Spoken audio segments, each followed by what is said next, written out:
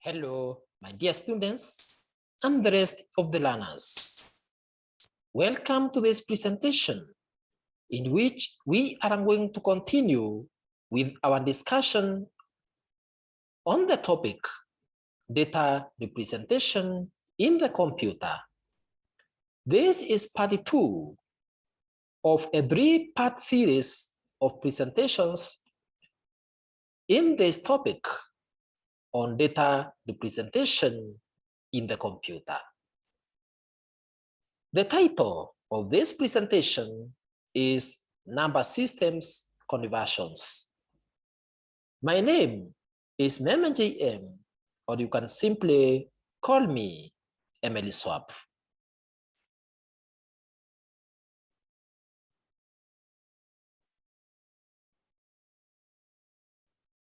In this presentation, therefore, we are going to look at the following: number conversions, where we shall look at decimal conversion to binary, on decimal to binary conversion. Then we are going to look at how to convert binary to octo and to decimal. We shall also look at octo number system conversion to binary and then to decimal. We shall also look at decimal number system conversion to octo and hexadecimal. And then we shall look at how we convert hexadecimals to various number systems. Let's now commence by looking at how we convert decimal number or a decimal number to binary system or to a binary number. To convert decimal number to binary, we have various ways of doing it. And one of them is using what we call the long division method, or LDM. To convert decimal numbers to binary using the long division method, you need to follow the following steps. Number 1, divide the number that you have been given by 2 and reckon the remainder until the result is either a 0 or a 1. In other words, my dear students and the rest of the learners, what I mean by this step is, once you've been given any decimal number, what you do is you continuously divide that number by 2 while getting the remainder, and you continue this process step after step until when you get the last result being either a 0 or a 1, and then you stop the division or you stop any further division. Secondly, or the second step, is that you then write out those remainders that you have gotten at each step, starting from the last remainder upwards to the first. That means pick the last remainder and move picking those remainders upwards up the remainder that you got being the first one.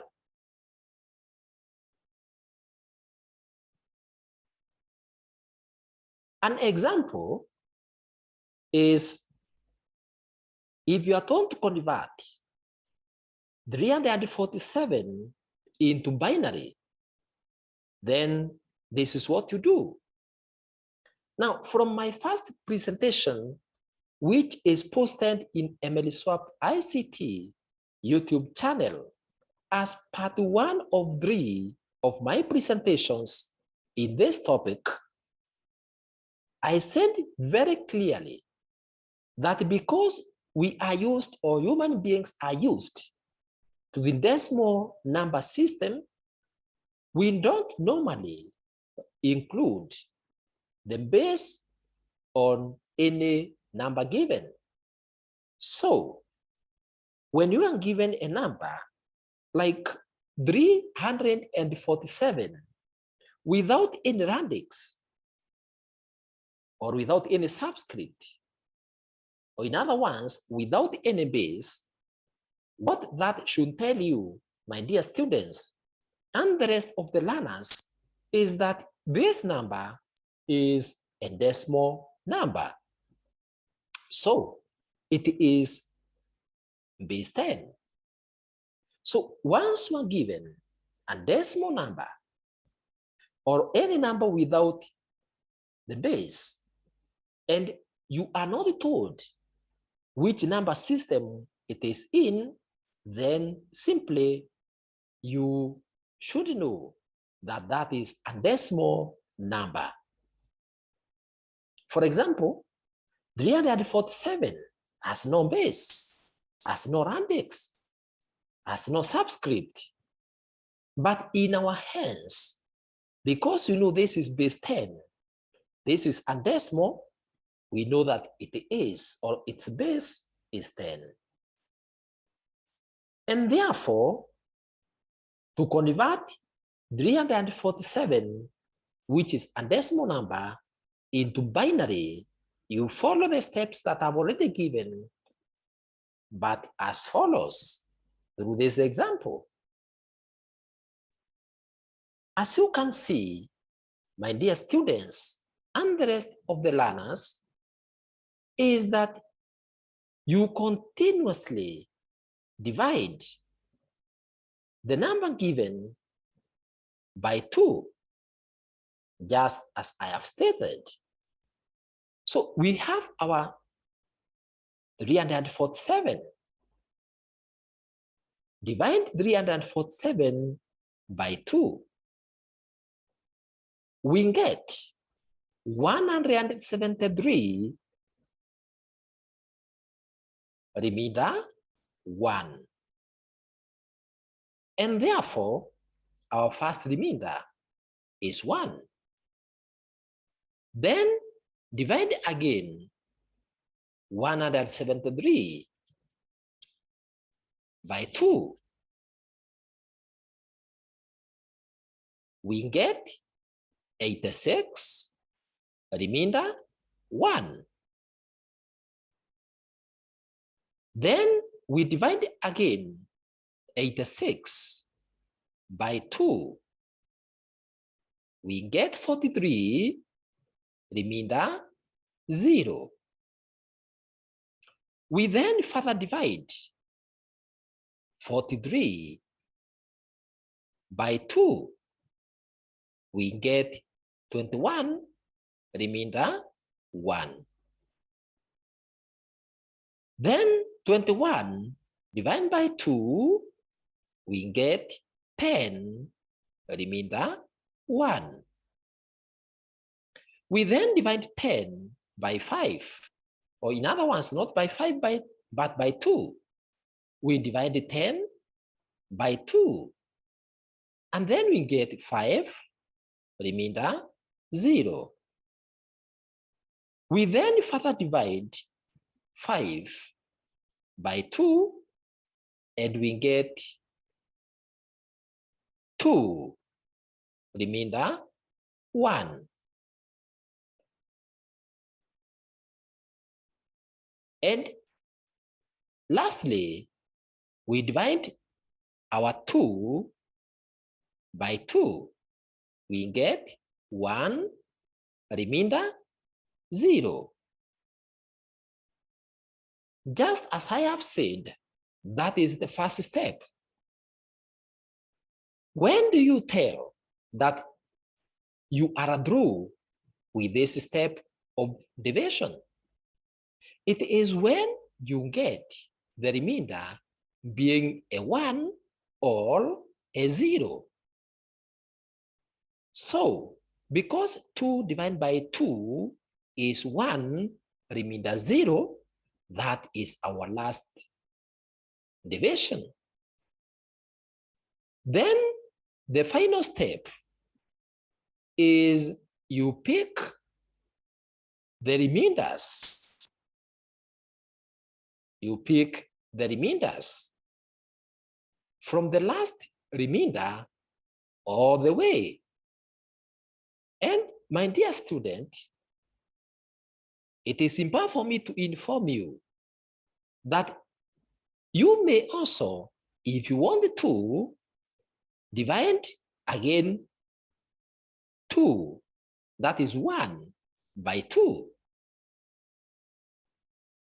If you divide 1 by 2, it simply means that you can't divide 1 by 2. Otherwise, if you do that, you'll get a figure which is less than 0, like 0.5, which should not be the case.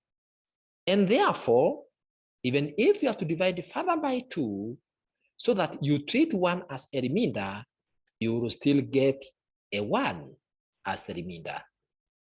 That's why I have said that once you get the last digit in your division being a 1 or a 0, that should indicate, or that should be the last step in division, with further division. So you don't need to write again 2. Then you divide 1 by 2. You get 1 again. However, even if you want to do that, that is still allowed. But what you need to note is that because you have gotten the last digit being 1, you can straight away pick this one as your last remainder. So we then pick our remainders in that order, just as I have indicated. And therefore, what will be our answer? Our answer then becomes 1 0 1 0 1 1 0 1 1, and then we include the base or the radix, which is 2, so that we are able to differentiate between binary and decimal number. Otherwise, if we don't include 2 or base 2 or subscript 2 in our figure, that will have a different meaning and it will be a different answer, because that figure of 1 0 1 0 1 1 0 1 1 will be treated as a decimal. And therefore, unless a number is a decimal, that is the only time you don't need to indicate the subscript. But if your figure or your number is in any other system, remember to indicate the subscript. So in this case, because we are converting our decimal number into binary, then we have to include radix 2 in our final answer. Good. What about if you want to convert? If you want to convert a decimal number to binary using the second method, which we call place value method, what do you do? So, to convert a decimal number to binary using place value method, you do as follows. The first step, write down the place values in factors of 2 up to the value immediately larger or equal to the number that you are converting. I repeat, write down the place values in factors of 2 up to the value immediately larger or equal to the number being considered. This next step, you should start from the left and subtract the place value from the number being converted. I repeat, then starting from the left, subtract the place value from the number being considered.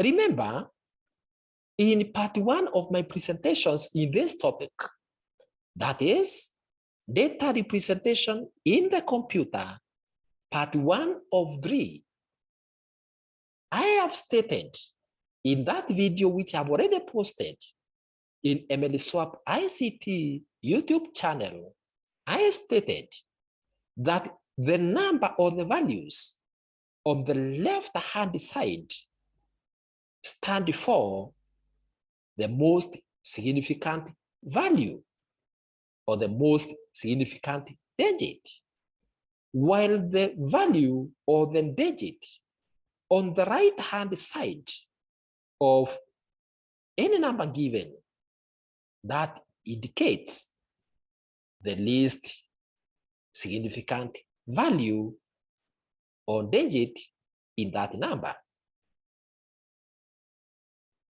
And therefore, step 2 in this case informs you that you should start subtracting the place value from the number being converted from the highest number towards the least number.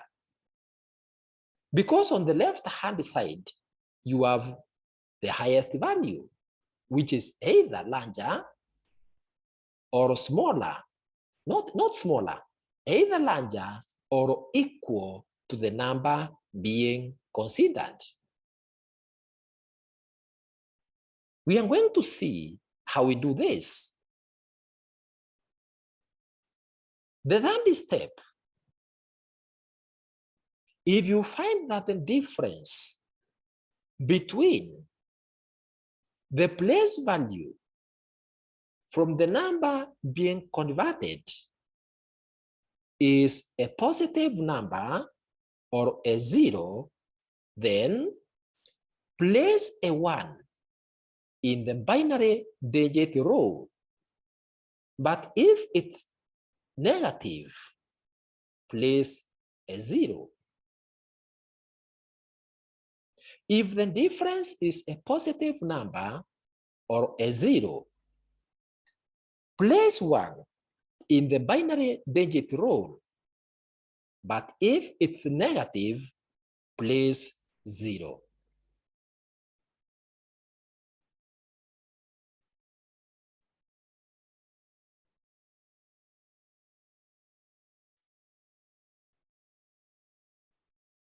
Number 4, or the fourth step, then carry the difference forward to the next lower place value. Number 5, continue placing either a 0 or a 1 in the binary digit row while carrying the difference until the operation gets completed.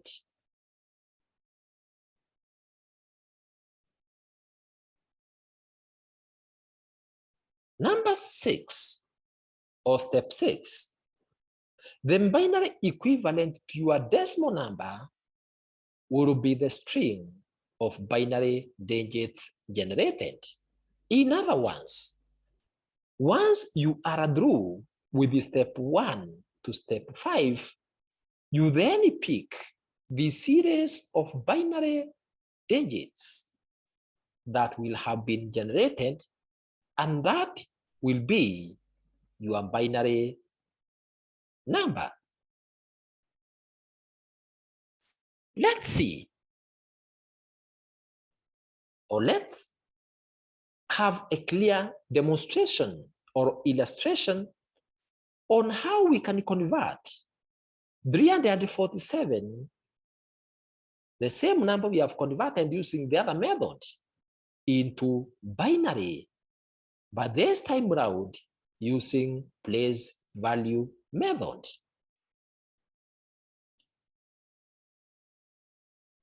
My dear students and the rest of the learners, remember that the number we are converting is 347. And therefore, what you do is you draw a table like this table that I've drawn for you.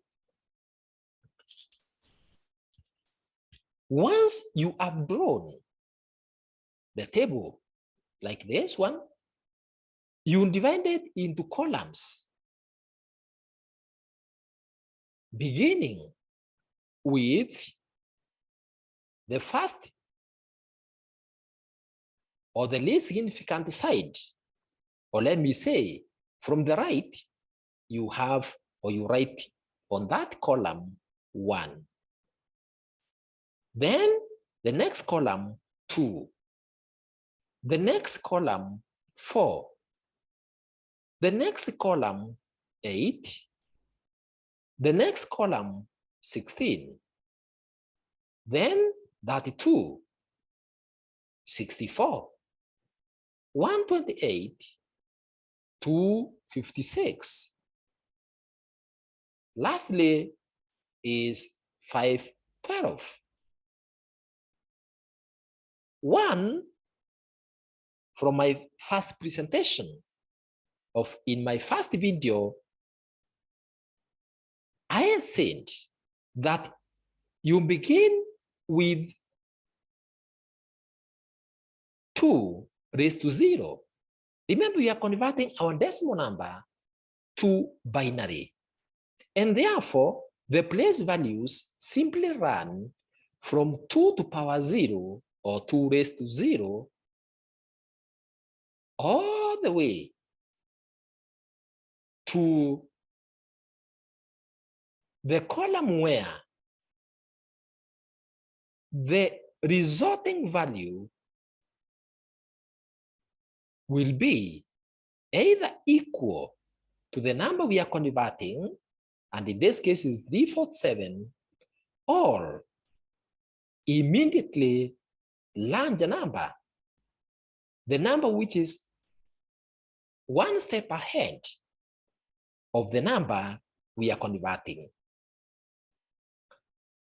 If you master the place values in terms of powers, 2 to power 0, 2 to power 1, 2 to power 2, all the way, then because you know that 2 to power 0 is 1, 2 to power 1 is 2, 2 to power 2 is 4, 2 to power 3 is 8, 2 to power 4 is 16, all the way. What you need to do, if you don't want to be confused with the powers, just pick the final result from the powers. That is, always remember, it is 1, 2, 4, 8, 16, 32, 64, 128, 256, 512. In other words, you write 1, then 2. 2 times 2 is 4. 4 times 2 is 8. 8 times 2 is 16.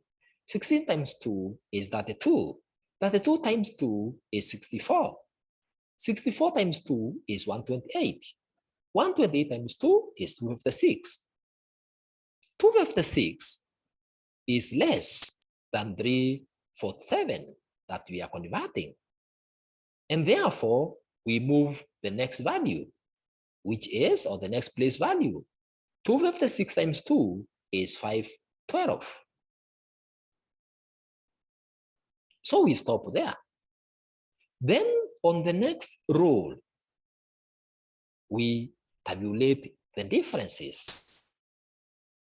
We begin with having our figure or our digit that we are converting, the number we are converting. We subtract that number from the place value.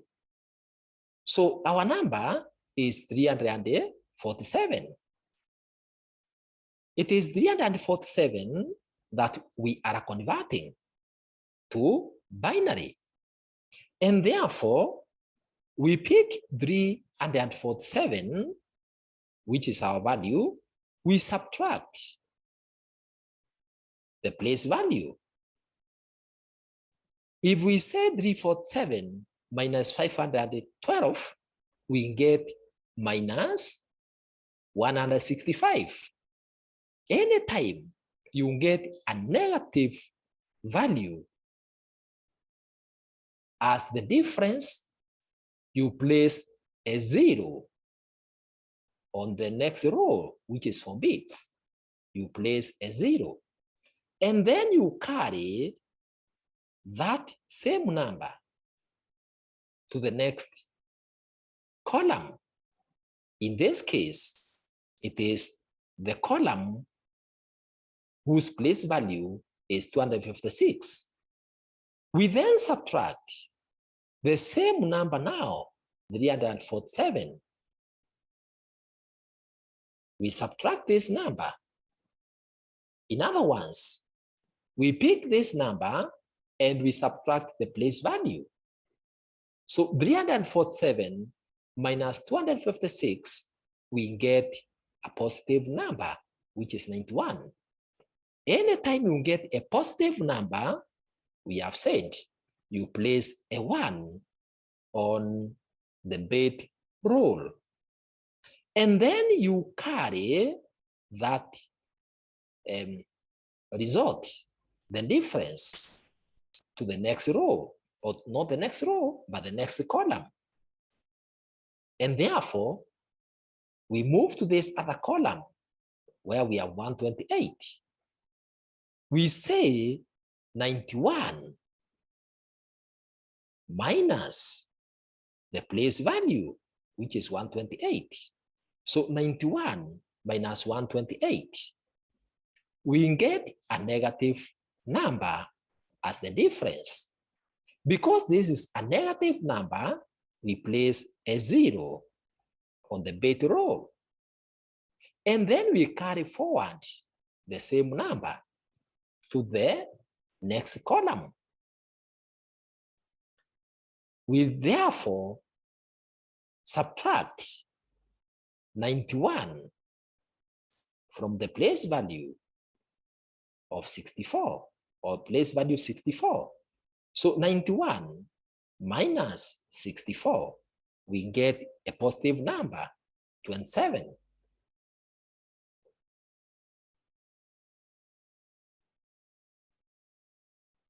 So this is what I am saying, my dear students and the rest of the learners. The first step, pick the number that you are converting and subtract the last place value digit, which is of course the highest place value. In this case, we are converting 347. So it is 347 minus 512. We get a negative number, 165. We therefore place a 0 on the bit row. And then we carry forward the same number to the next column. we carry, in this case, 347.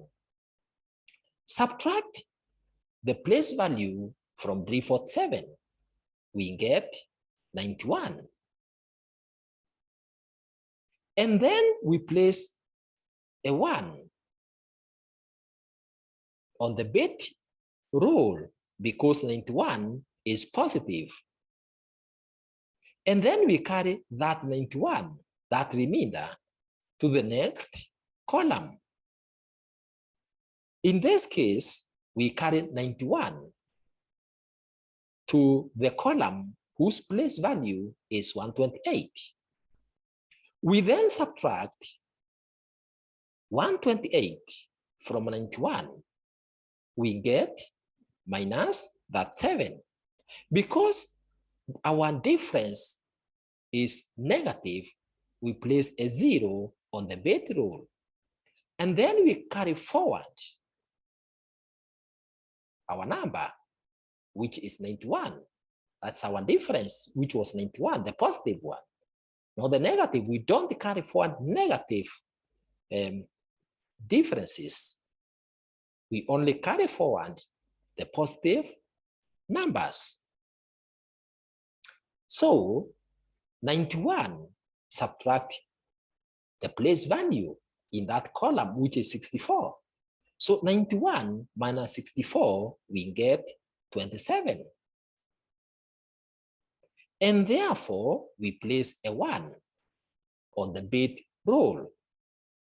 And then we carry forward our positive number, which is 27, our positive difference, to the next column. We then subtract the place value for that column, which in this case is 32, from 27. We get -5. Because -5, or because our difference is negative, we place a 0 on the bit roll. And then we carry forward the same number, 27, to the next column. We subtract the place value in that column, or for that column, from the difference, or from the number that we have carried forward. So 27 minus 16, we get 11. 11 is positive, is a positive difference. So we place a 1 on the bit rule. And then we carry forward the difference, which is 11, to the next column. We subtract place value for that column from our difference, which we have carried forward. So it is 11 minus 8, we get 3. 3 is a positive number, is a positive difference. So we place a 1 on the bit roll. And then we carry forward our difference, which is 3. We then subtract the place value from the difference that we have carried forward. So 3 minus 4, we get -1. -1 is a negative difference, or -1, -1 is negative. So we place a 0 on the bit roll. And then we carry forward the same value, which was 3, the same value we had carried forward, to the next column.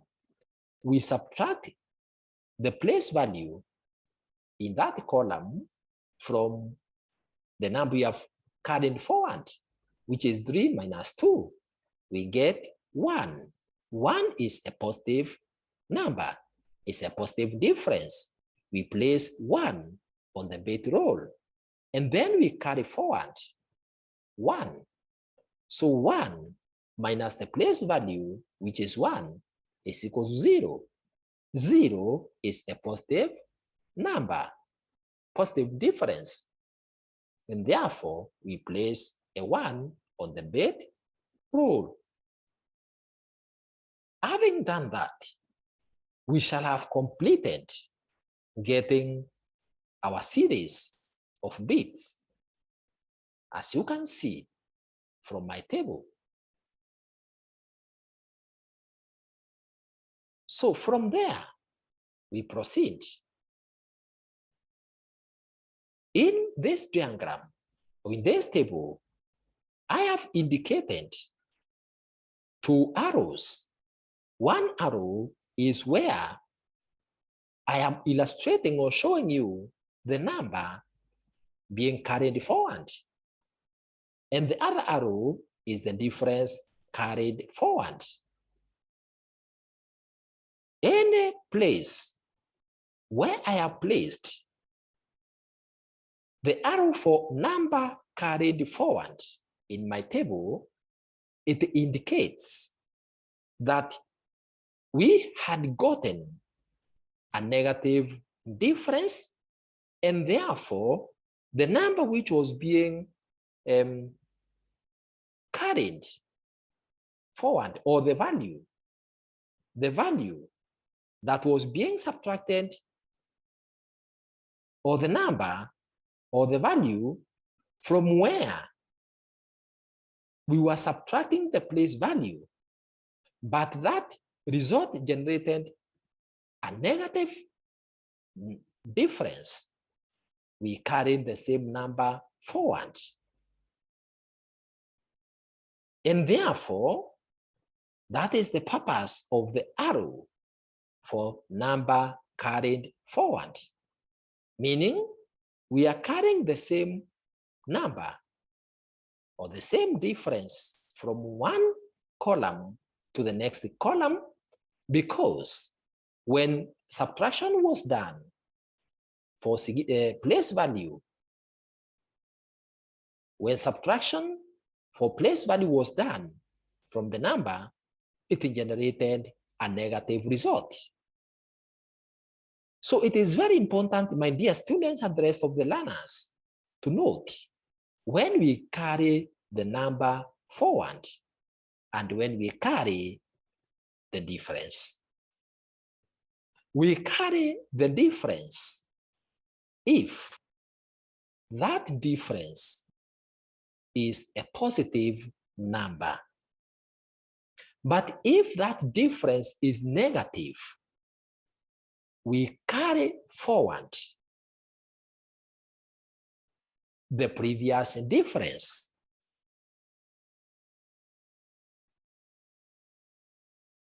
What I mean is this, my dear students and the rest of the learners. When you look at this table, you can see when we subtracted 512 from 347, we got negative 165. So we carried forward 347 and brought it to the next column here.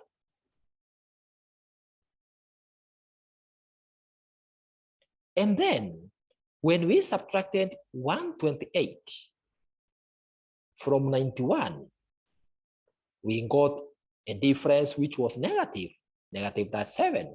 So we carried the same 91, the same difference that we had gotten previously in the subsequent row or in the previous column, So this 91 that we got here, this 91 which we carried forward here, it is the same one that we carry forward to the next column, because when we have subtracted the place value, which was 128, we got negative, that's 7. The same to this case here. When we got 27, we brought that 27 to this column. We subtracted that 2 from 27, we got negative 5. So we carried forward the same 27. So this difference, the difference we got here, we carried it forward. We carried the difference forward to this column. But after subtracting and realizing that we are getting a difference of -5, we carried the same 25.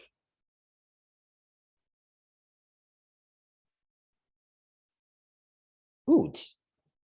So once we have been able to do that, then our answer becomes 0, 1,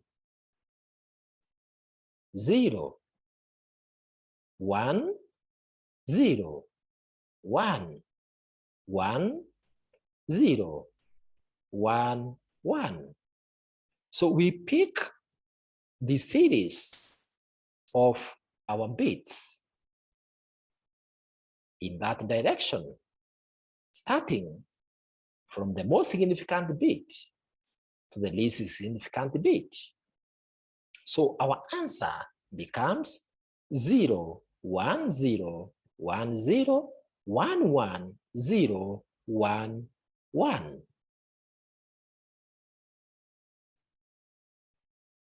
My dear students and the rest of the learners, the most important thing for you to remember when you are converting a decimal number into binary using the place value method is to note that the first step is to write place values running from 1 all the way to a place value that equals the decimal number that you are converting, or goes a single step ahead and becomes a little bit larger than the decimal you are converting.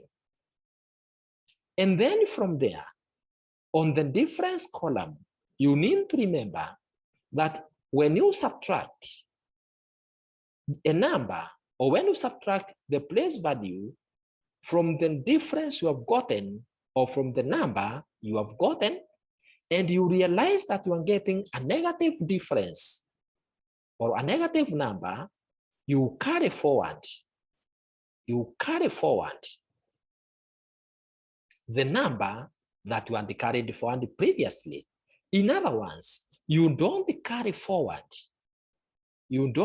differences forward when they are negative. You don't carry differences forward if they are negative. Anytime you get a difference which is negative, you place a 0 on the bed row under that column, and then you carry forward the number whose value is generating a difference when you subtract the place value from it.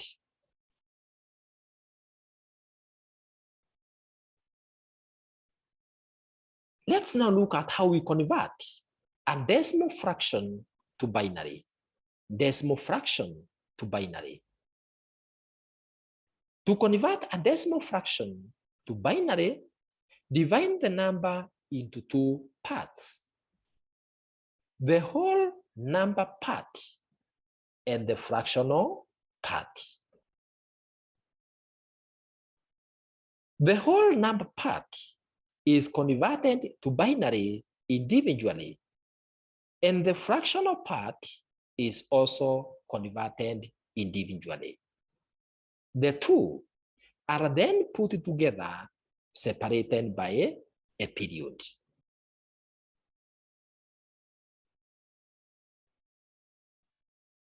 So, to convert the fractional part, proceed as follows. Number 1,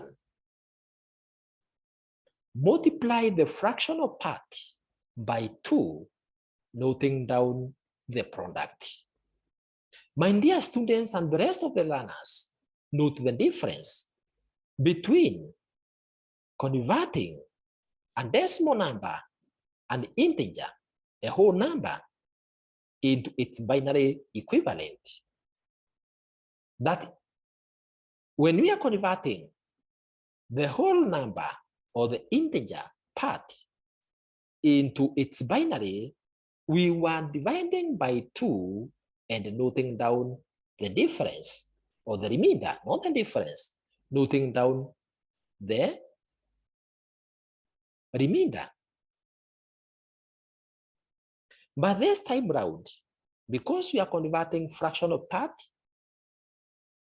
we are going to continuously multiply the fractional part, or that is the number, by 2, and we note down the product. So we multiply, not dividing. The second step, you take the fractional part of the immediate product and multiply it by 2 again. In other words, when you are converting a fractional part into binary, that is fractional part of a decimal, that is decimal fraction. When you are converting a decimal fraction into binary, you continuously multiply that number by 2, or the product by 2, continuously, until when the fractional part of the subsequent product will be 0, or starts repeating the value of the original fractional part of the number being converted. So you continuously multiply the fractional part or the result by 2. Note, what you multiply by 2 is the fractional part. So even if the fractional part generates a number or a digit which contains a whole number and a decimal, you multiply the decimal part, the fractional part of the result, by 2.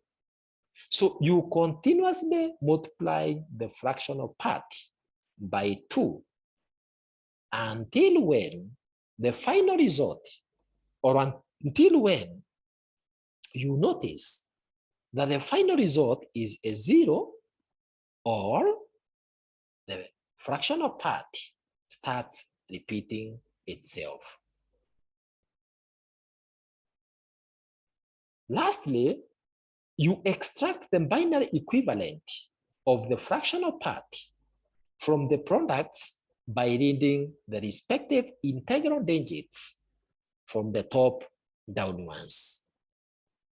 Lastly, you combine the integral part, that is the section where you are dealing with the whole number, with the fractional part. You combine them together. Let's see an example. If you have the following decimal number, 347.421, and you want to convert this number to binary, you proceed as follows. We first of all separate the integral part, the whole number section, from the fractional section. So our whole number section is 347. So we convert 347, or the whole number section, using the long division method, for example, that we used, by continuously dividing this number by 2. So this calculation that I've shown you here, this computation, is the previous one that I've already demonstrated. So you separate when you're given a number that has a decimal point. You pick the whole number section, like 347, convert it using the methods we have already learned, and then pick the fractional part and convert it separately by continuously multiplying the result or the product by 2 on the fractional part. So when we convert 347 using the long division method, where we continuously divide by 2, we get 1010 11011 binary. And then we now pick the fractional part and work on it as follows. So our first value or our first operation is to pick 0.421, the number we are converting, then multiply by 2, we get 0.842.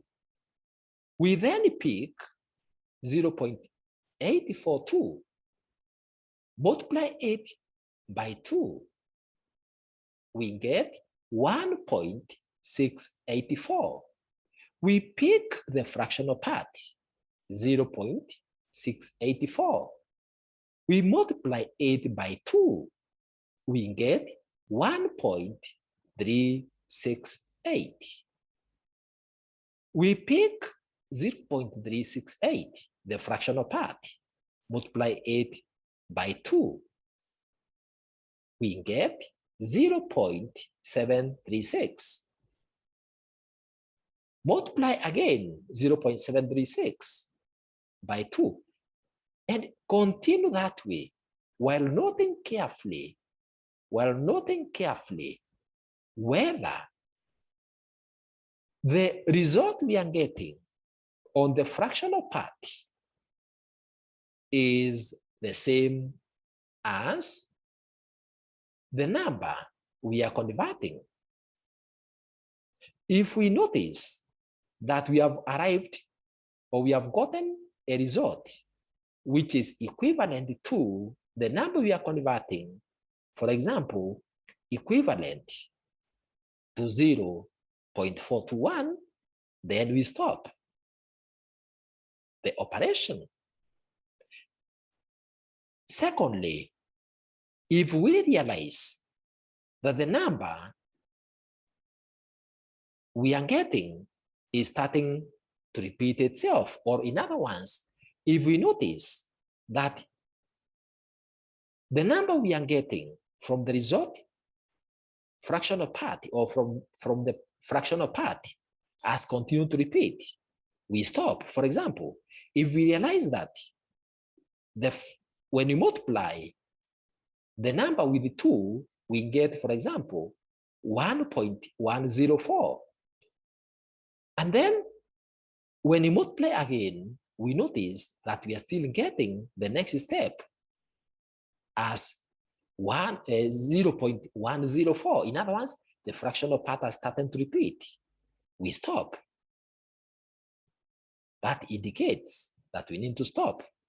But if we notice, if we realize that in as much as we continue with our operations of multiplication by 2, there is no time when we are getting a repeat, or there is no time when we shall arrive at the same number as the number we are converting, then we don't need to continue with our multiplication forever.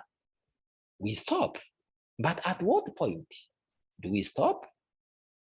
At what point do we stop? We stop on the 10th operation. So if we find that we have multiplied or we have done our multiplication all the way to the 10th operation, but we are not getting the fractional part, returning the original value which we are converting, nor is it repeating, we stop at the 10th step. And then we read up to the 10th step, because fractional part may not turn to 0 or begin recurring. And therefore, in this case, in our case here, what we are going to do is we are going to pick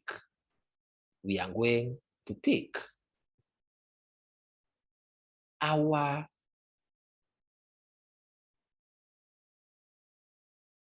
result in this manner. We are going to pick our binary from what we had gotten as the whole numbers when we multiplied the fractional part by 2. For example, in our first operation, we got a 0, then 1, then 1, like that. So how do we pick those integral values from our fractional part operations? We pick them from the first one, the one which we got as the first one, downwards up to the 10th digit. I repeat, once we have done our multiplication, as I have done, then to pick the integral sections of our products, we pick them from the one which we got as the first one downwards. And in this case, my dear students and the rest of the learners, I have indicated the numbers we are going to pick in red color. So you pick them from the first one to the 10th one.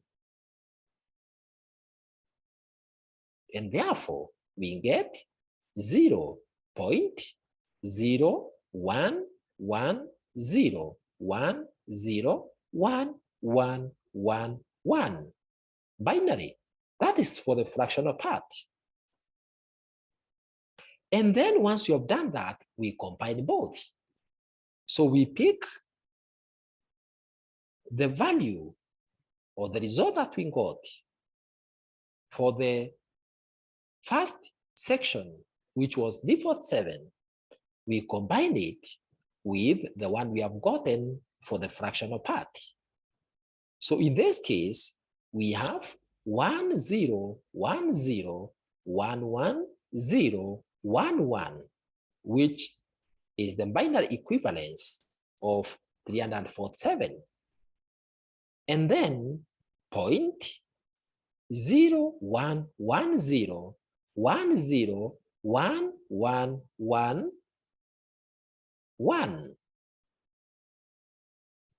for the fractional part. We combine the two, and then we separate the two with a period. So, my dear students and the rest of the learners, that is how we convert a decimal number to binary that has a decimal point or that has a fractional part.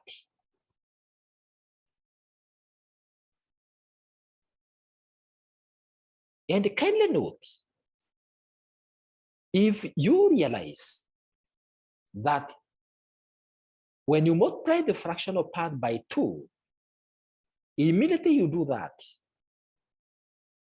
the results start recurring, or you get a 0, you stop there. You don't need to move very many steps. You only move many steps, like in my case, all the way to the 10th or 11th step. And then you pick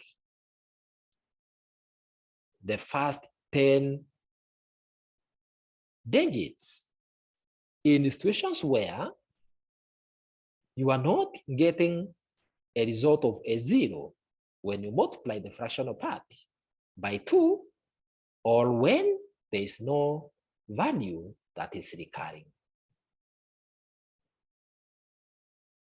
Let's convert another number. Let's convert 7 and a third into binary. So this is what we do. Separate the two. 7 from the fractional part, a third. So we convert 7. So 7 divided by 2, we get 3 remainder 1. 3 divided by 2, we get 1 remainder 1. So we pick our binary digits as, in our case, 1, 1, 1.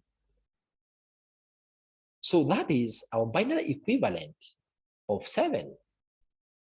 Then from there, we work on the fractional part as follows. We continuously multiply the fractional part by 2. And 1 times 2 is 2 over 3. So it is 0 plus 2 over 3. If we multiply then 2 over 3 by 2, we get 4 over 3. That is 1 plus 1 over 3. And then we multiply 1 over 3 by 2. We get 2 over 3. So it is 0 plus 2 over 3. Anytime you multiply the fraction with the 2, and it does not generate a product that is bigger than 2, we place a 0. And then we carry forward the fractional part again. For example, when we are multiplying a third by 2, we get 2 over 3. It is still a fraction. There is no whole number. Our product does not exceed 2. And therefore, we place a 0. We carry forward the fractional part, which is 2 that we carry forward the product. And then we multiply that product by 2. So 2 over 3 times 2, that gives us 4 over 3. That is 1 and 1 over 3. So we place 1, we carry forward a third. And then we multiply a third again by 2. We realize we are going to get 2 over 3. So it is 0 plus 2 over 3. Straight away, my dear students and the rest of the learners, up to that point, you can see that there is something which is already recurring. 2 over 3 has repeated itself. So we move ahead another step to see whether this recurrence will stop on we are going to get a 0. So 2 over 3 times 2, we get again 4 over 3. That is 1 plus 1 over 3. So we can already see that we have a repeat, 0, 1, 0, 1. And even the fractional part is still the same. It is repeating, it is recurring. 2 over 3, 1 over 3, 2 over 3, 1 over 3. So even if we continue with the further multiplications, we are going to continue getting 0, 1, 0, 1. So in this case, because our answer is 0.01, but 0 is recurring and 1 is recurring, we place some 2 dots on top of the recurring number. So a dot is placed on top of a digit that is recurring. So in our case, we place a 0 on top of, that is a dot on top of 0, because 0 is recurring, and we also place a dot on 1 because 1 is recurring. And then we now combine the two values.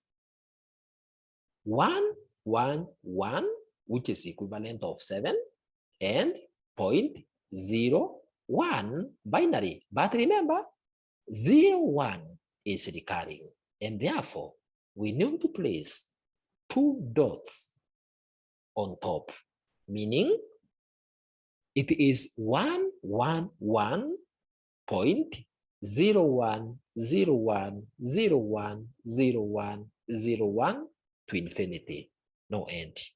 So we indicate the recurring numbers, the recurring binary, by 2 dots, or by placing a dot on each of the recurring numbers. So let's test our understanding. Here's a question for you, my dear students and the rest of the learners. Convert 765.785 to binary. Convert 765.785 to binary.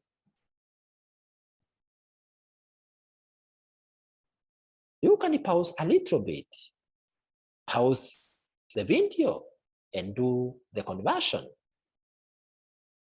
So how would you have done it? Let's see how you have done it. So to convert 765.785 to binary, proceed as follows.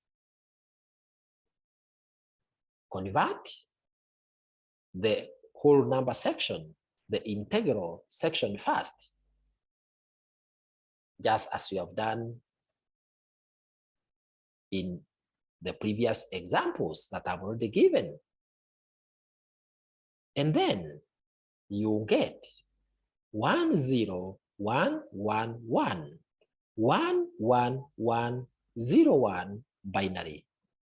And then you pick the fractional part, 0.785, and continuously multiply by 2 until you get a product of 0, or until when the number starts recurring.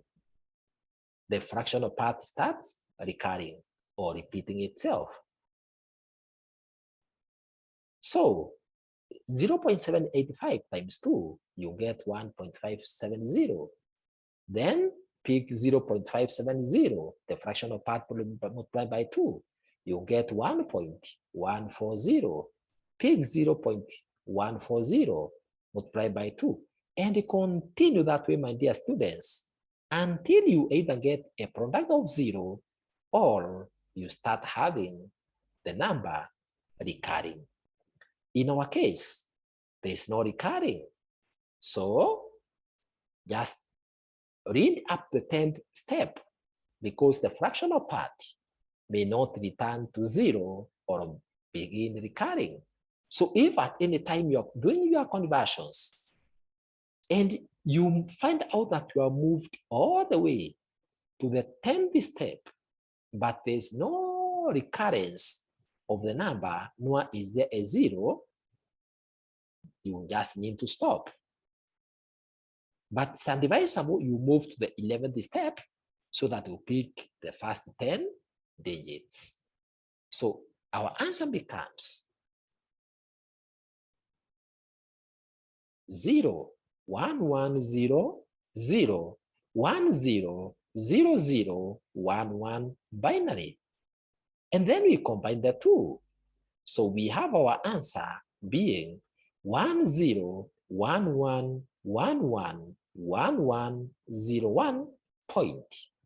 1, 1, 0, 0, 1, 0, 0, 0, 1, 1. So that's how we convert our decimal numbers or decimal number systems to binary number systems, whether they have fractions or not. Let's now look at how we convert binary number to decimal. To convert the binary numbers to decimal number, number one, write place values of characters starting from right to left.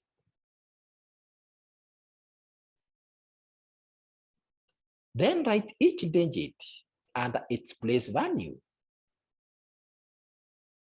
The third step is multiply each digit by its corresponding place value, starting from least significant bit, LSB, to most significant bit, MSB. Then add up the products. So let's see an example.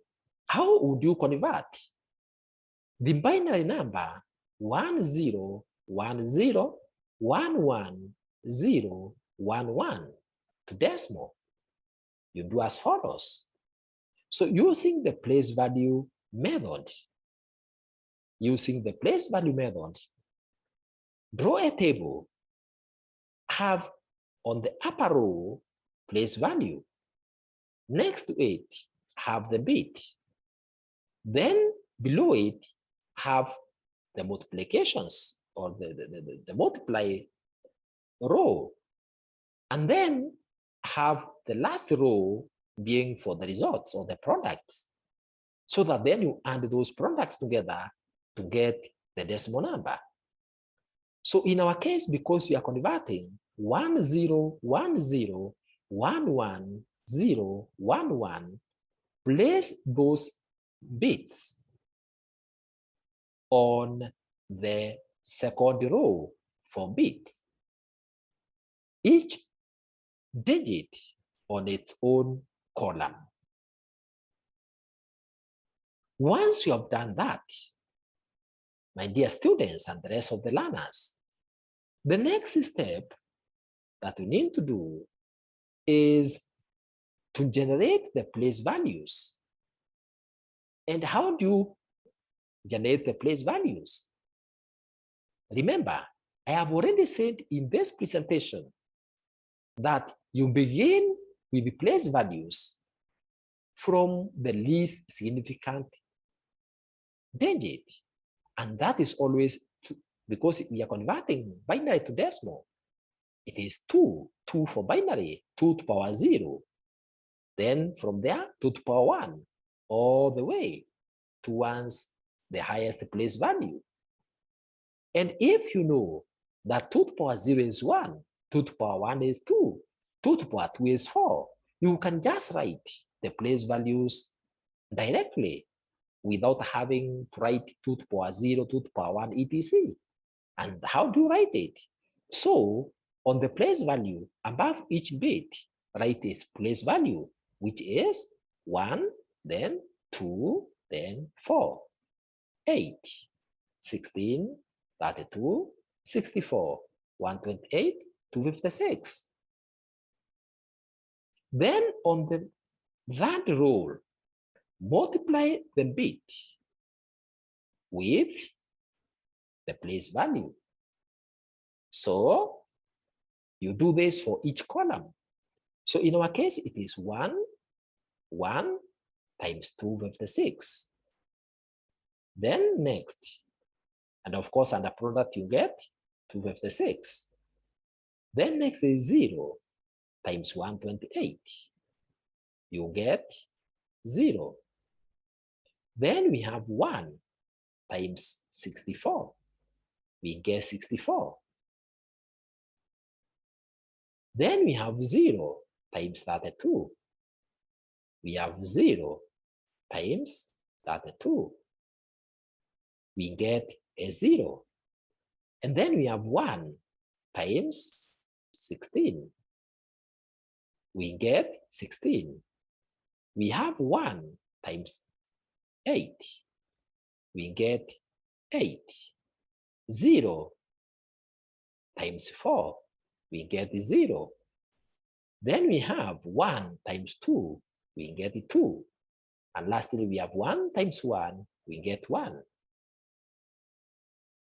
So for the multiplication, you can begin even on this other side, on the left, on the right significant bit towards the most significant bit, because it is purely multiplying the bit by the place value per column. And then once you have done that, we then add our values or our products from the product row, which in this case is 256 plus 0 plus 64 plus 0 plus 16 plus 8 plus 0 plus 2 plus 1.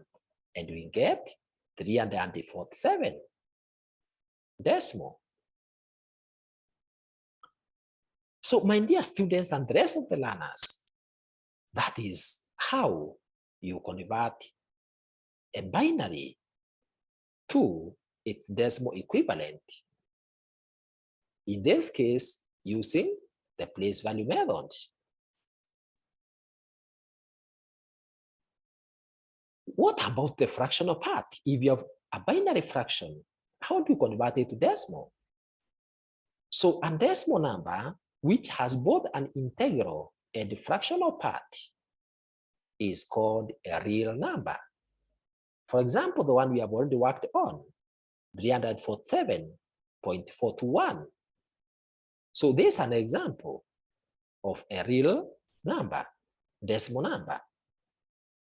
The weight of the integral part of a real number increases from right to left in factors of 10, while that of the fractional part decreases from left to right in factors of 10 raised to my negative x.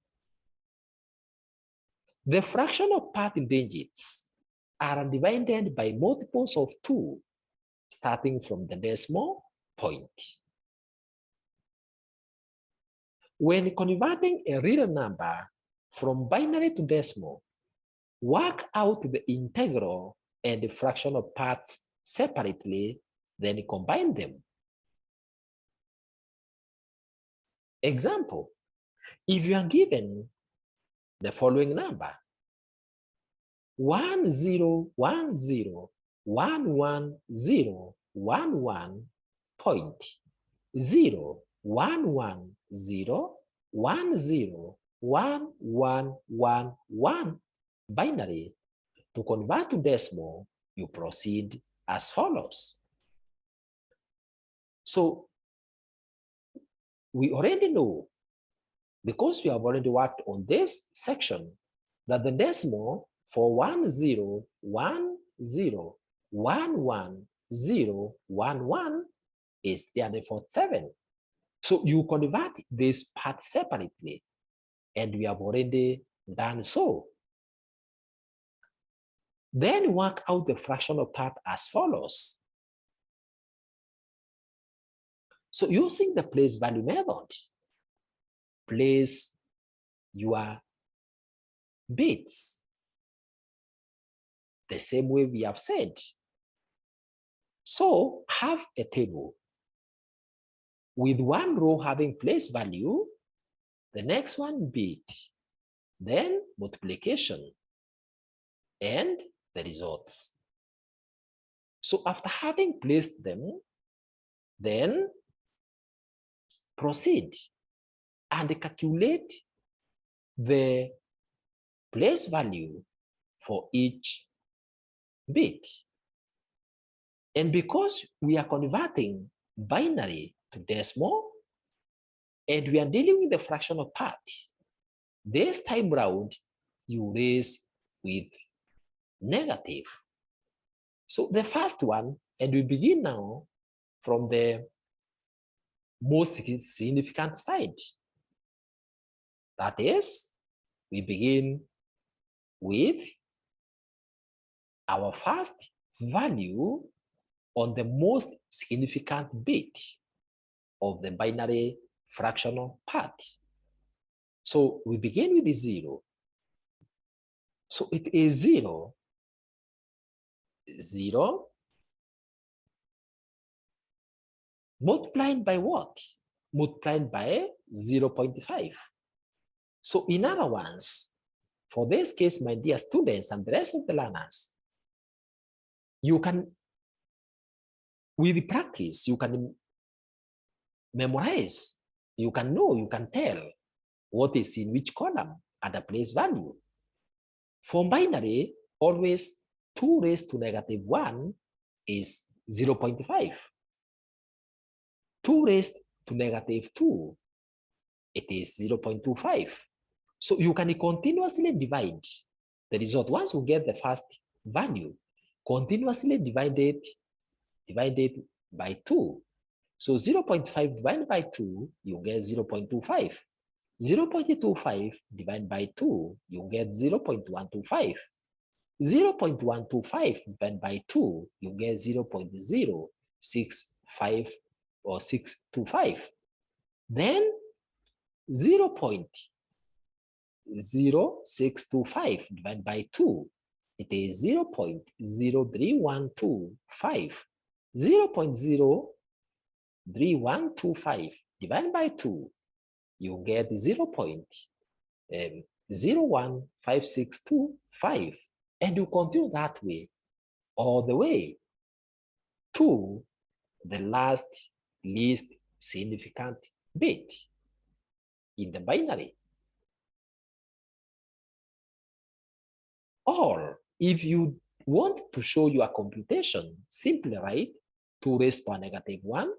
Next column is 2 raised to the power negative 2. The other one is 2 raised to negative 3, 2 raised to negative 4, all the way to the last digit.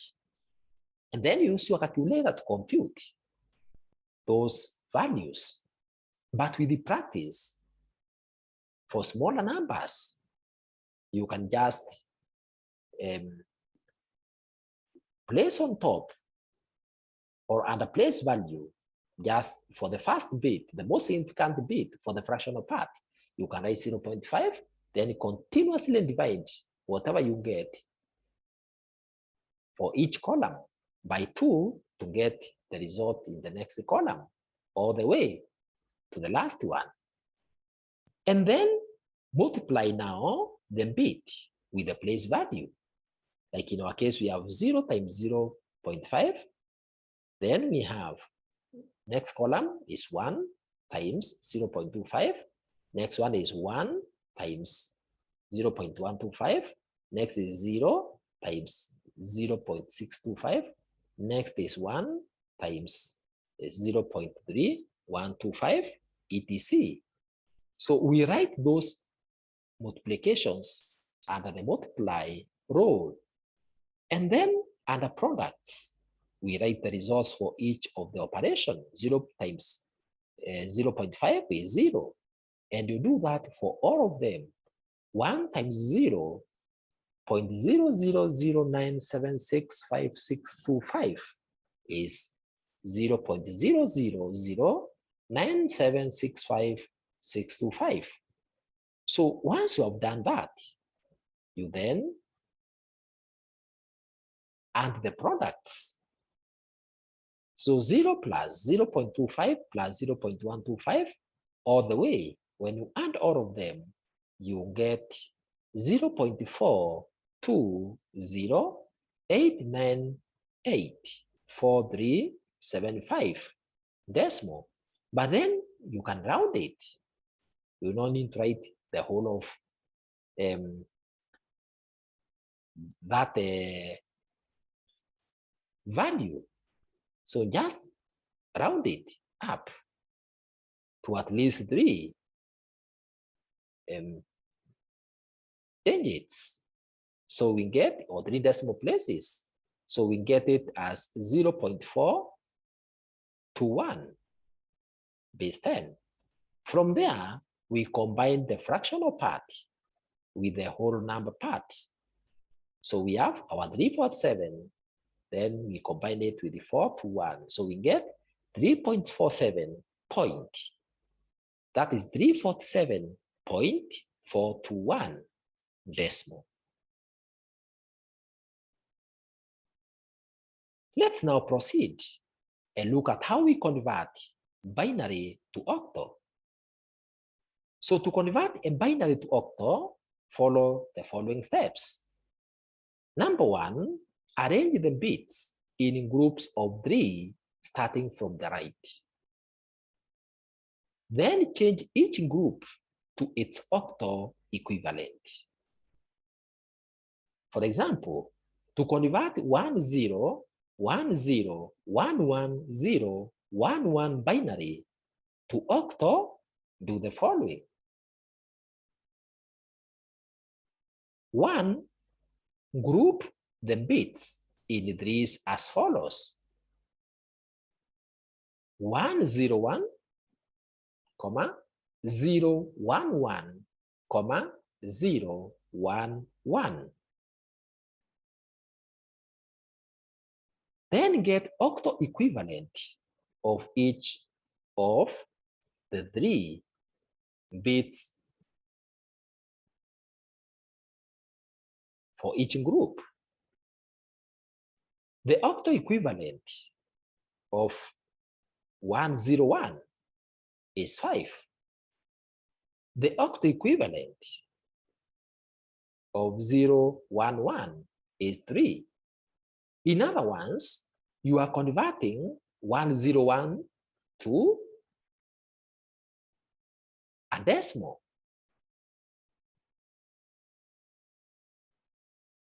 Convert 101, it is 5. Convert 011, it is 3. If you convert 011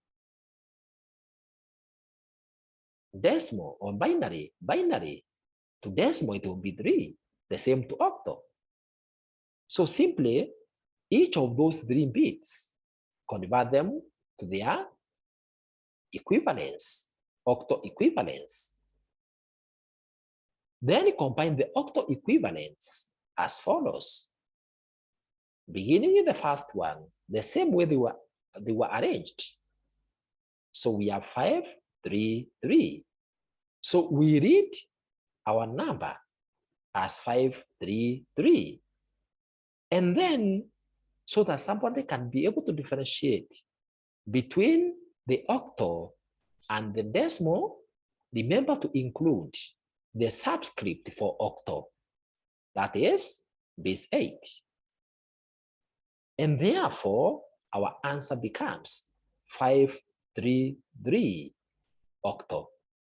My dear students and the rest of the learners, just as I said in part 1 of 3, in this series of presentations on data representation in the computer that you can access from Emily Swap ICT YouTube channel, whenever you are reading an octo number, you don't read it like a decimal. So you don't say 533 octo. No. You say 533 octo. Because no digit, no number exceeds 8 in octo. Let's now brainstorm a little. In other words, challenge your brain a little through this question. Convert 11100.101 binary to octo. You can pause this video, my dear students and the rest of the learners, and compute or perform this computation and then proceed.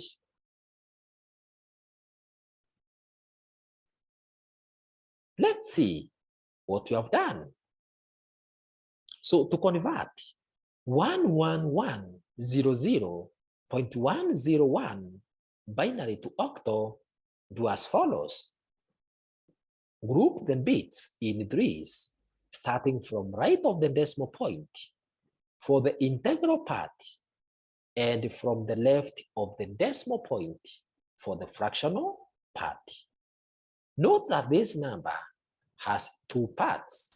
It has the integral part, that is the part which has the whole number, and then we have the fractional part. Because this binary is a real binary, meaning it has a fractional part. So that's how we do it.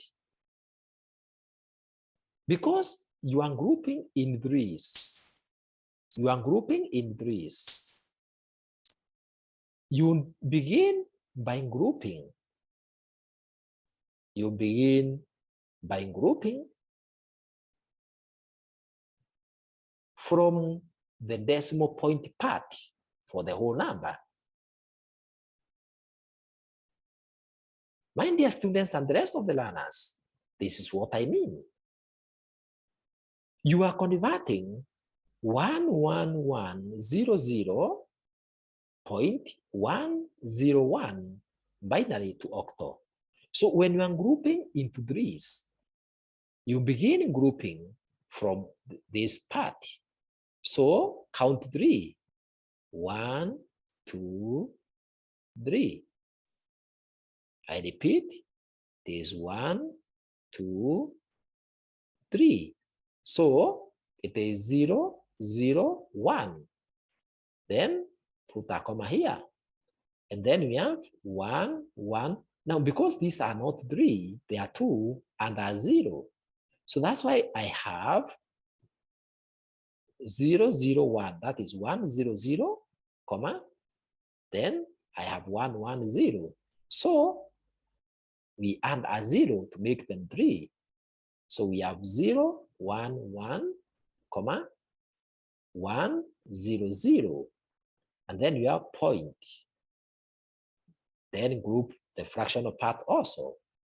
Now they are the 3. My dear students and the rest of the learners, kindly note, when you are grouping binaries into pairs of 3, always begin from the decimal point section. In other words, begin from the least significant bit or least significant digit for that binary towards the most significant bit. And in this case, the least significant bit is the one which is next to point, or the most significant bit is the one which is farthest on your left. Why? So that in case the number of remaining digits do not equal to 3, if you find it is 1, you add 2 zeros. If you find that the last bit or the last pair has only a single bit, is for example a 1, or you add 2 zeros. If you find it is, for example, 2 bits, you add a 0 to make them 3.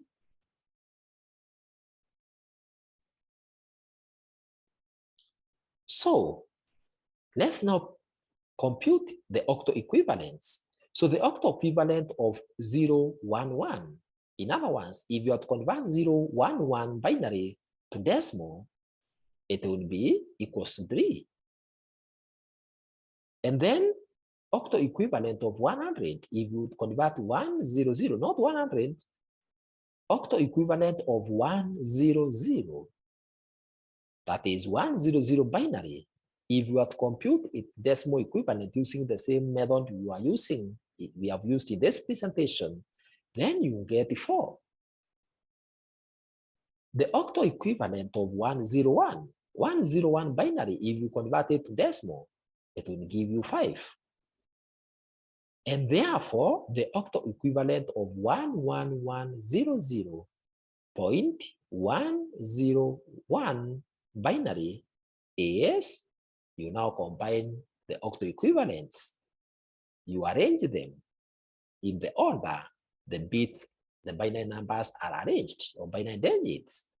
So we have 34.5 octal. We don't say 34.5 in octal, no. The reason being, we have no 30 in octal. The highest digit is supposed to be 8. So because we are doing the octal number system, we read it as 34.5 octal. 34.5 in octal.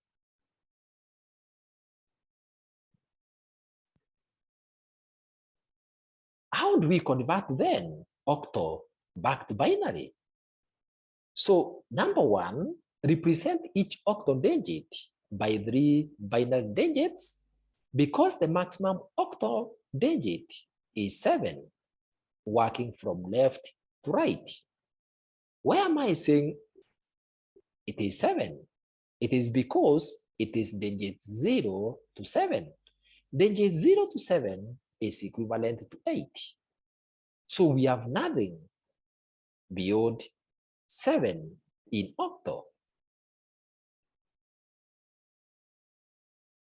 Then combine together the binary digits to give the final binary equivalence.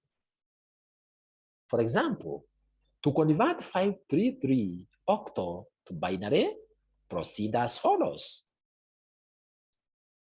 The octal digit 533, that's our octal digit.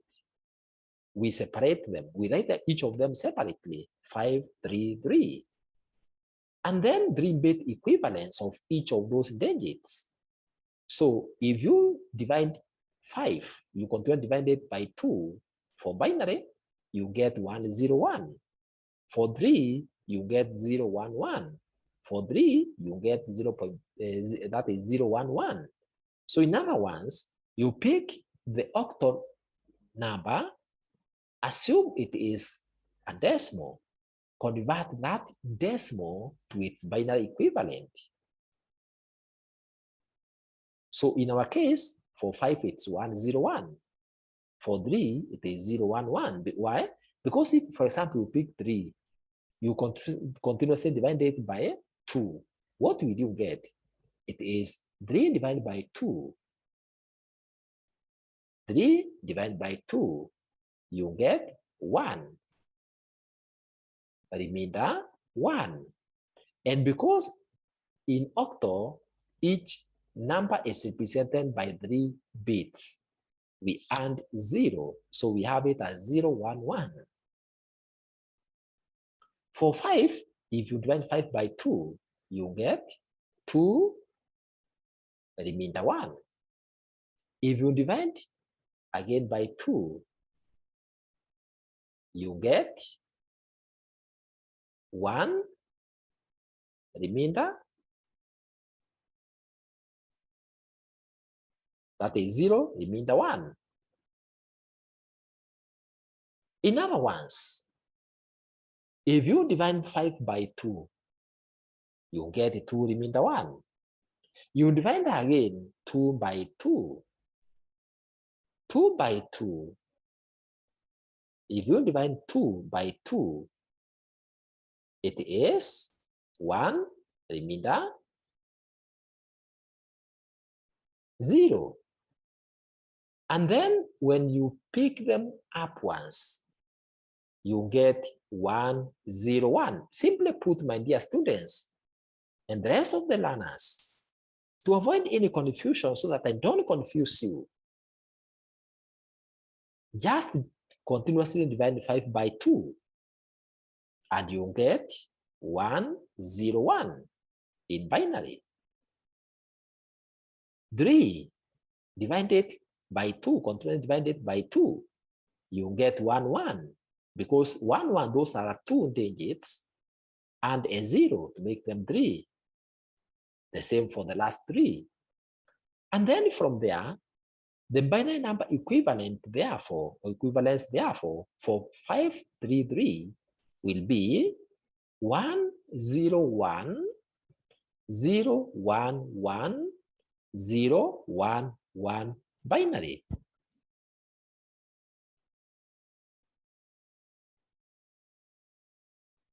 So you just combine them just as they are. You organize them and arrange them just as they are in the same order.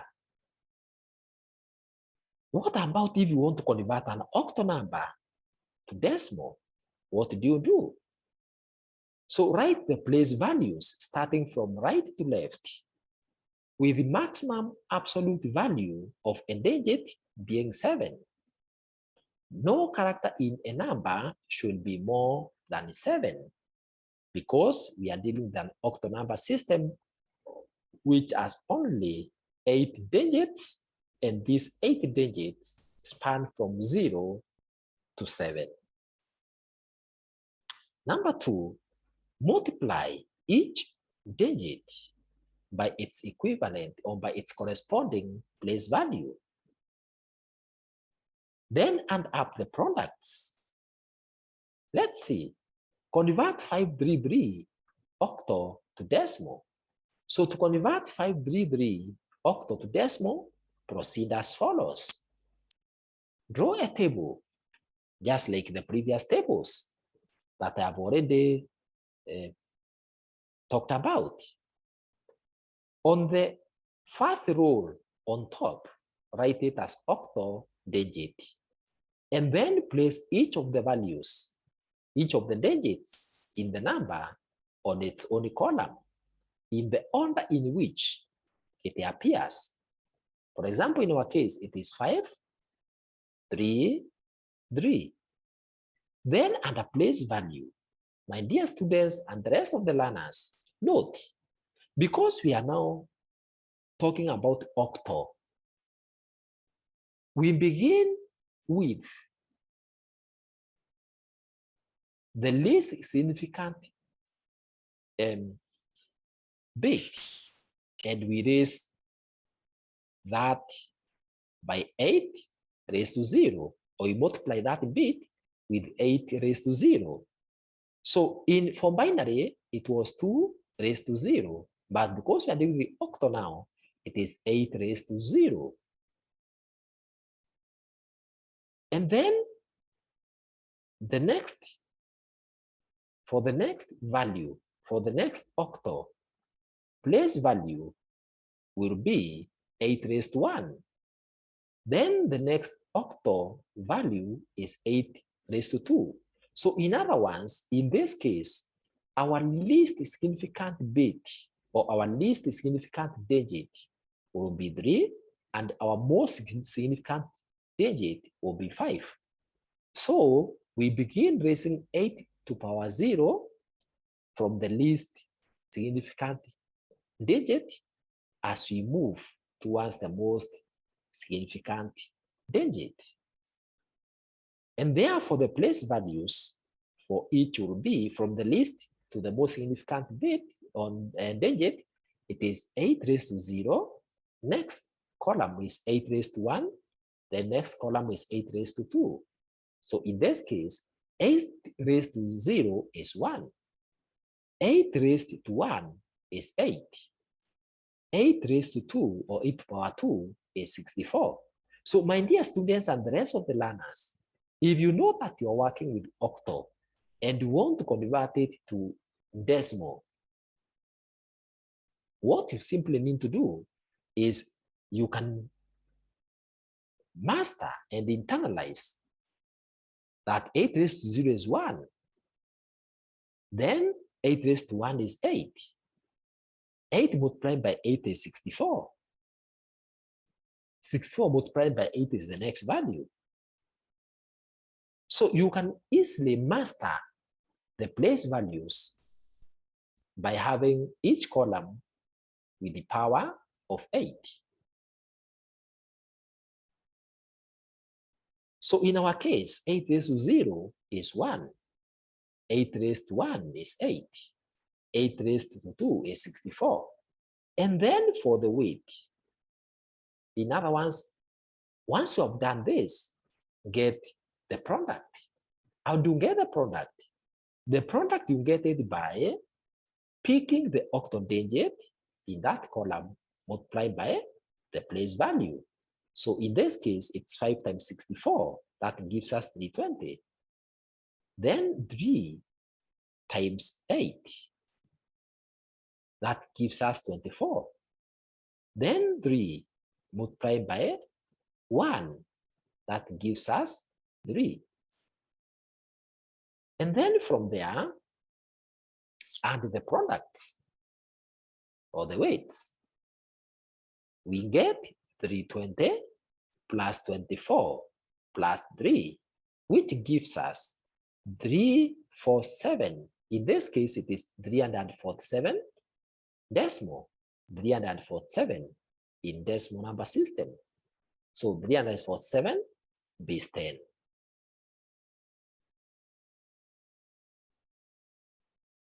How do we convert a fractional octal number to decimal? So to convert it, an octal fraction to decimal, use the same procedure as that of converting fractional binary numbers to decimal, but the division is by multiples of 8.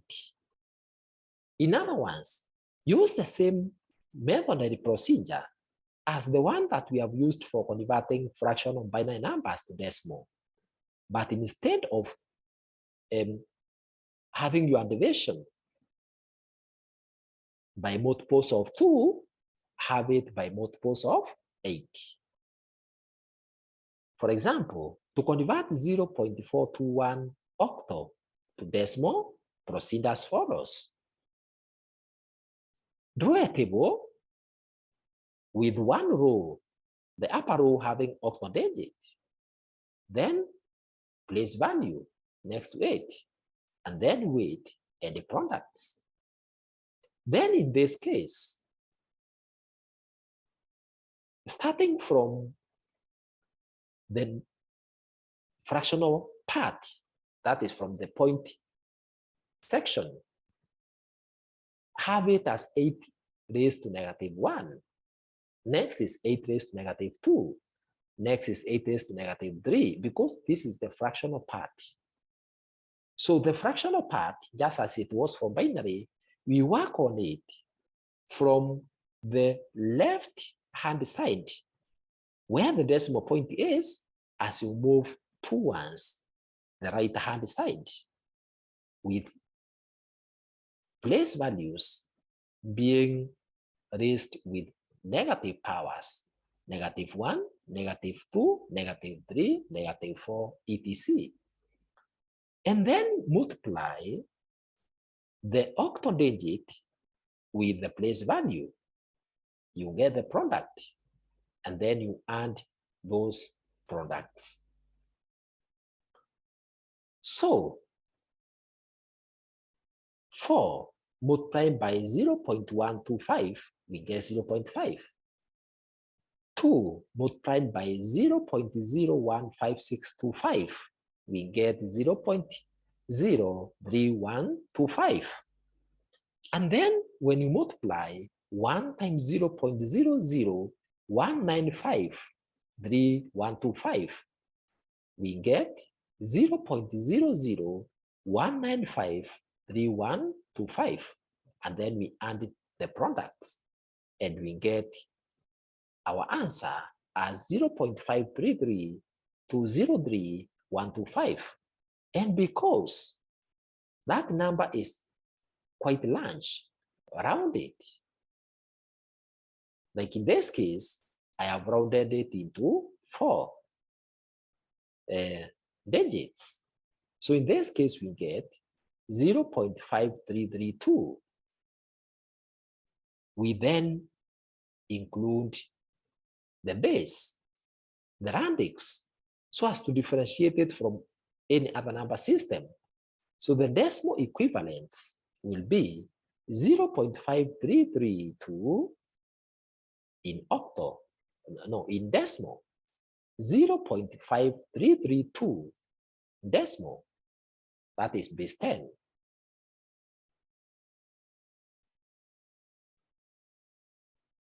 How do we convert a decimal number to octal?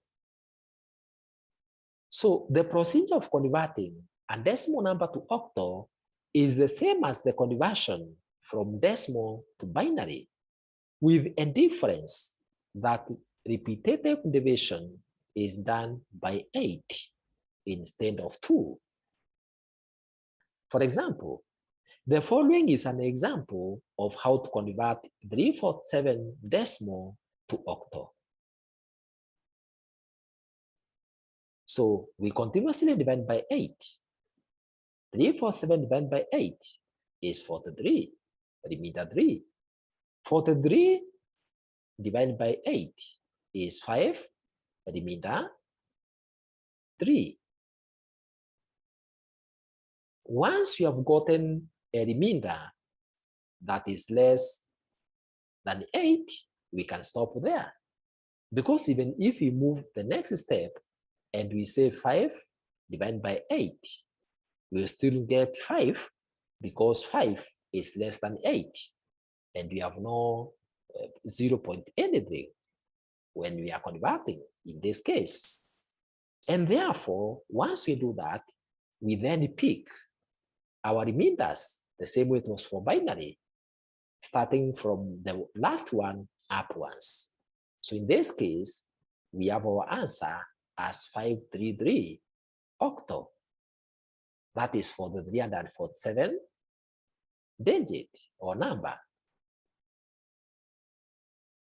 Then how do we convert a decimal to hexadecimal? The procedure is the same as that of converting from decimal to binary, though divisions are by 16 because it is hexadecimal. Note, when converting any number system to hexadecimal, in case the result generates the numbers 10, 11, 12, 13, 14, or 15, replace them with the characters A, B, C, D, E, or F, respectively, in the same order. My dear students and the rest of the learners, I would kindly request that you visit Emily Swap ICT YouTube channel and look for the video part 1 of 3 in this series on data representation in the computer, part 1 of 3, which explains in depth about each number system so that you can gain a clear understanding of why we are replacing, like in this case, numbers 10 to 15 with letters A to F. For example, the following is an example of how to convert 347 decimal, that is 347, to hexadecimal. So get your number, continuously divide by 16, writing the remainders, and then pick the remainders and arrange them in the same way we did for binary and for octo. So 347 divided by 16, we get 21, remainder 11.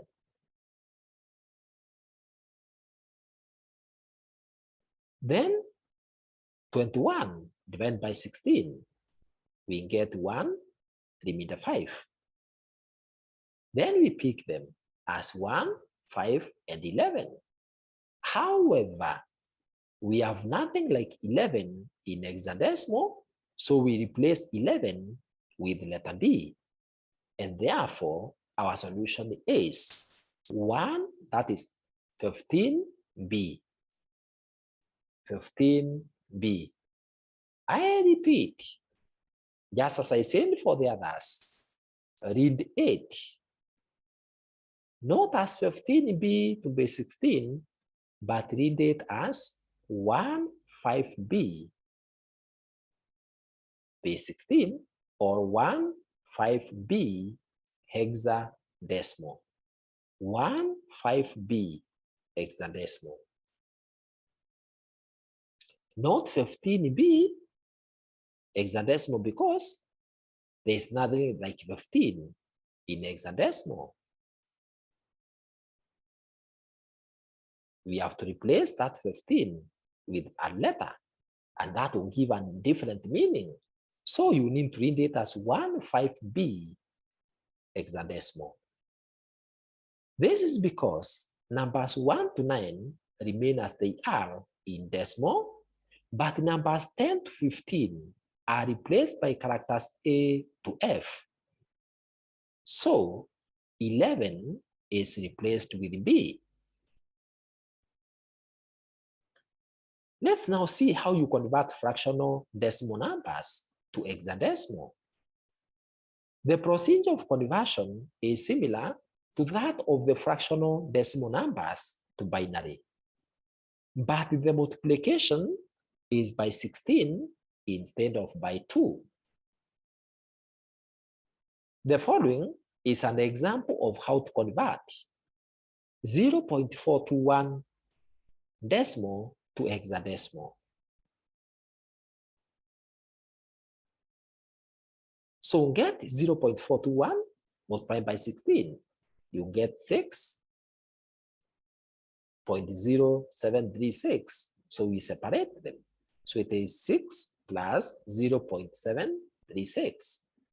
Then pick 0.736 multiplied by 16. We get 11.0776, which is 11 plus 0.776.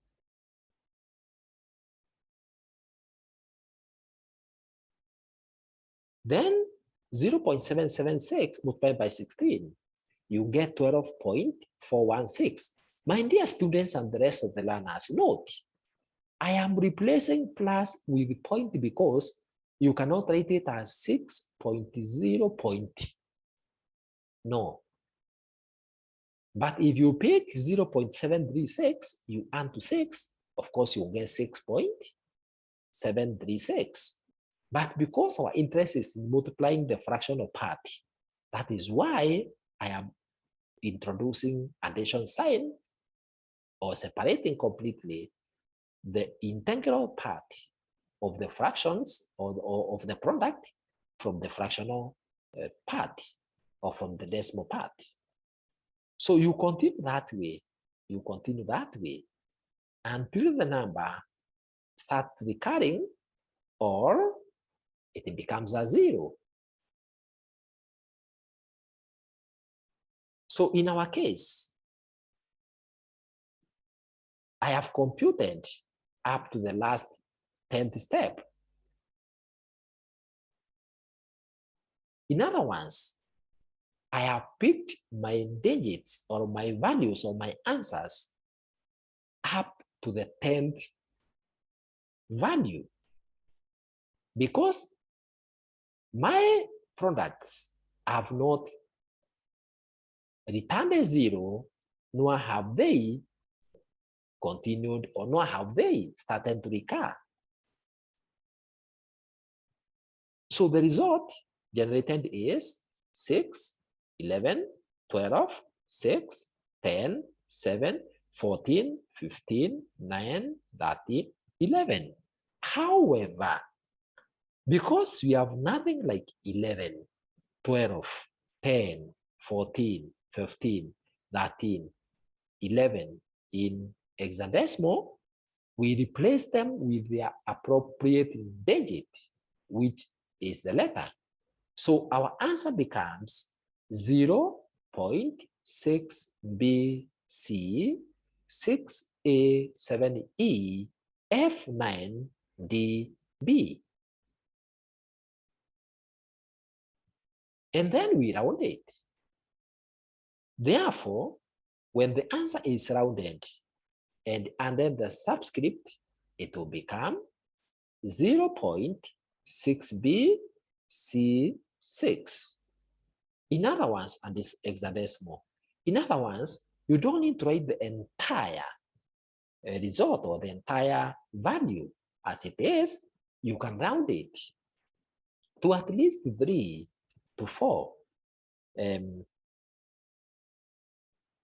values or decimals or decimal places, or at least up to 4 digits.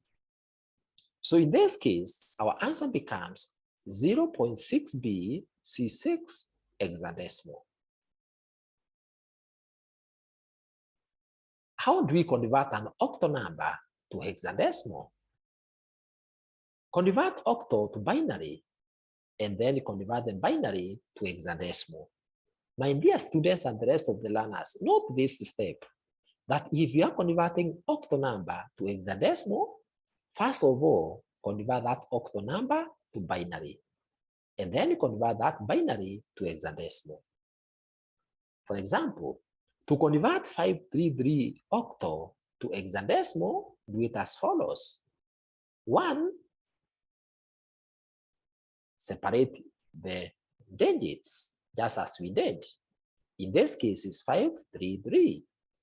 Get the binary equivalent of each of those digits. For 5 is 101. For 3 is 011. For 3 is 011. Then join them together into binary in the same order they appear. In this case, it becomes 101, 011, 011 binary. From there, group those bits into 4s and replace each group with its hexadecimal equivalent as follows. Remember, for octal, we grouped them into 3s. For hexadecimal, we group them into 4s.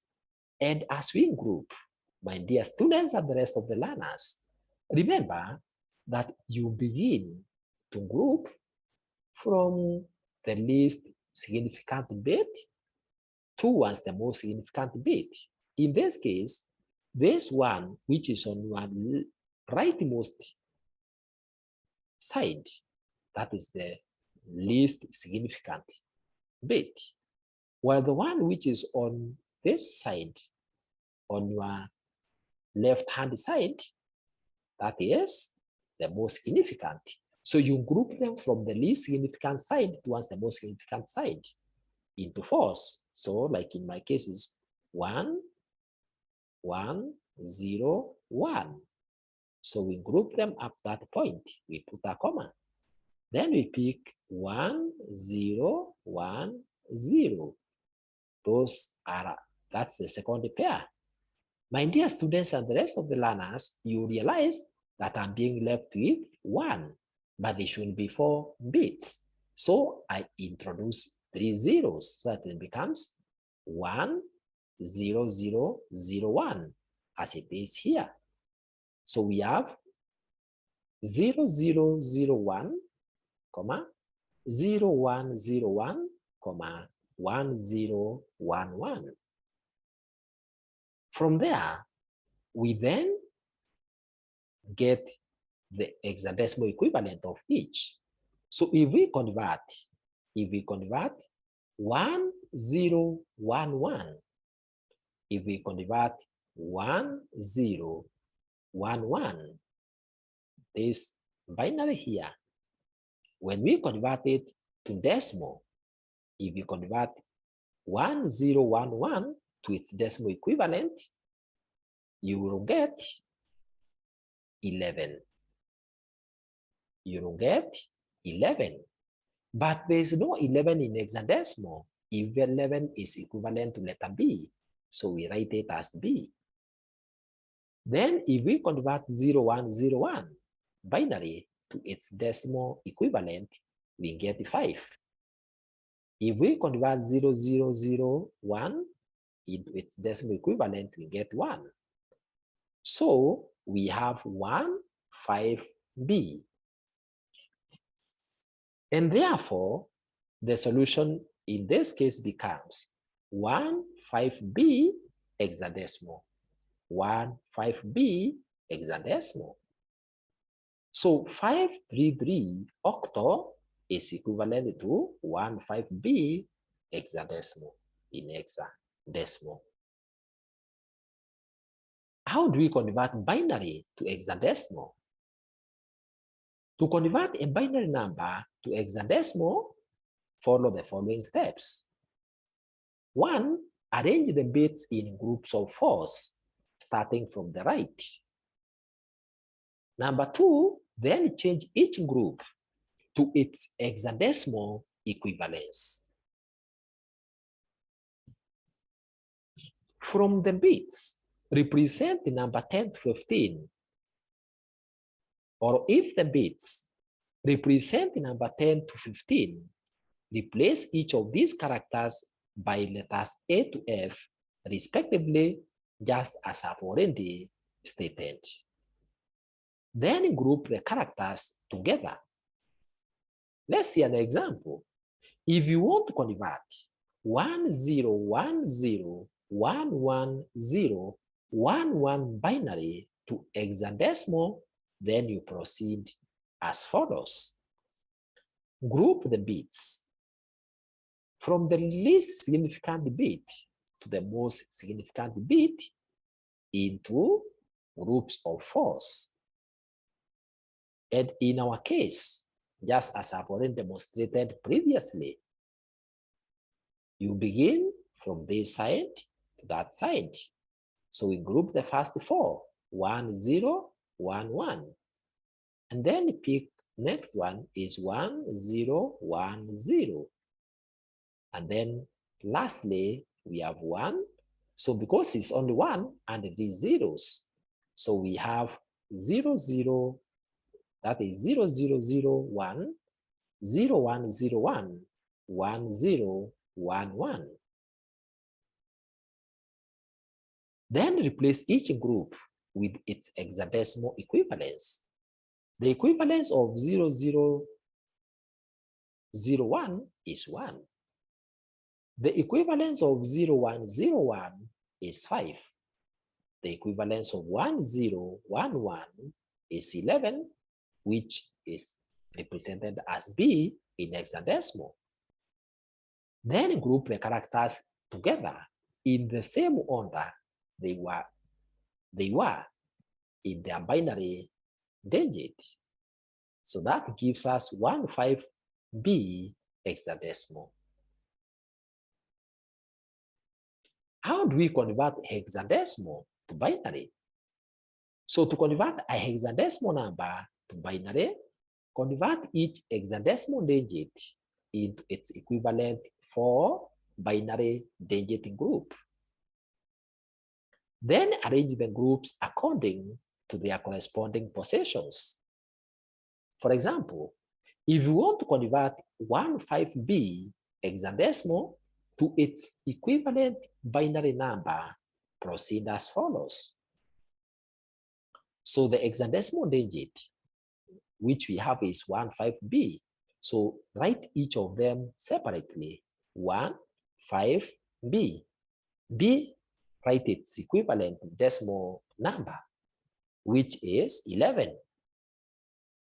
Then from there, now the most important point I want you to remember, my dear students and the rest of the learners, in addition to all what I have already said, when you are converting hexadecimal to its to any other form, first of all, remember to convert the letter to a decimal equivalent. For example, B, convert it or replace it with 11. A, replace it with 10. 15, replace it with F for easy calculations. Then from there, once you have separated them, write the binary equivalence of each.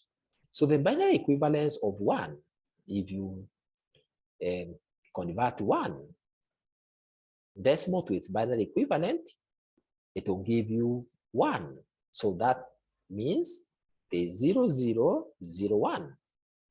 Then the equivalence of 5, if you convert 5, you treat it as a decimal, you convert it into binary by using either place value method or long division method, you will get 0, 1, 0, 1. Then if you convert 11 to its binary equivalence, if you pick 11 as a decimal, and then you continuously divide it using 2, or use the place value method, you will get the binary 1, 0, 1, 1. Then join the bits. So 0, 0, 0, 1, 0, 1, 0, 1, 1, 0, 1, 1.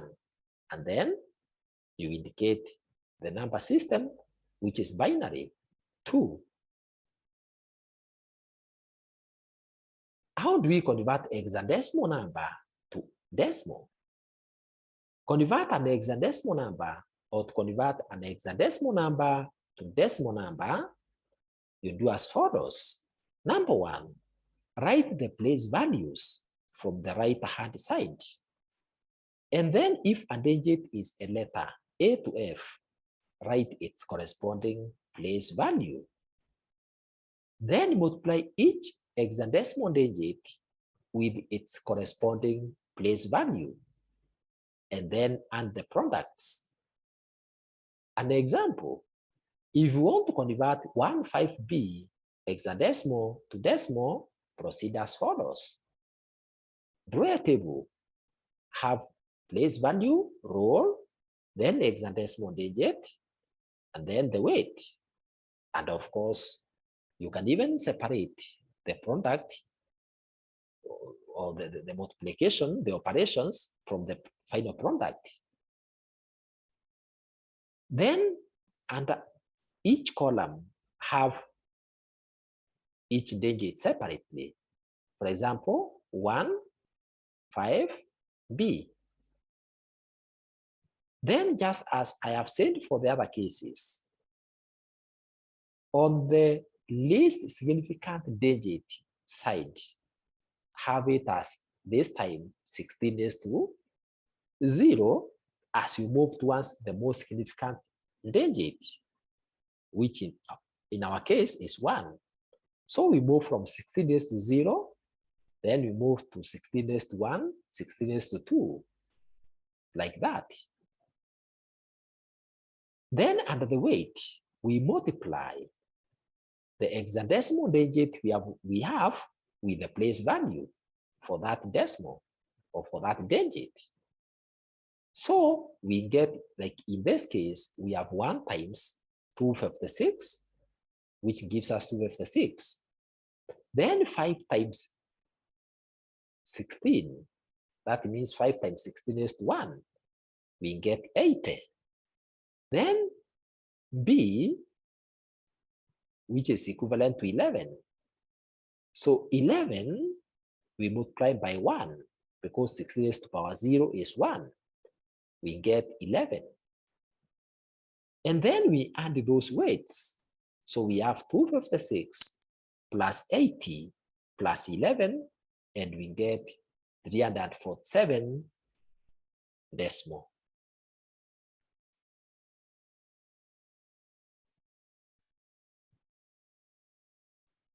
How do we convert fractional hexadecimal numbers to decimal?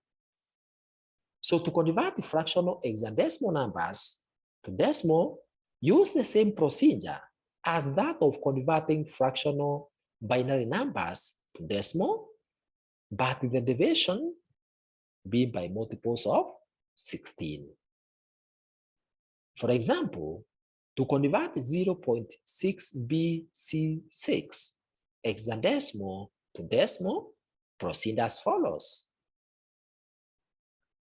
Have the place value row, then bit, then the multiply row and the product. So, because this is the fractional part, begin from the decimal point section. As you move, that means begin working from the right-hand side of the fractional part to that is from the left-hand side. I repeat, because this is fraction, we are working with the fraction or the fractional part, begin your computation from the left-hand side towards the right-hand side of the fractional part or of the fraction. So the digit or the character or the number which is just immediate to the decimal point, that is from the decimal point, from the point part, that is from the point, from the period part, have its place value being 16 raised to -1.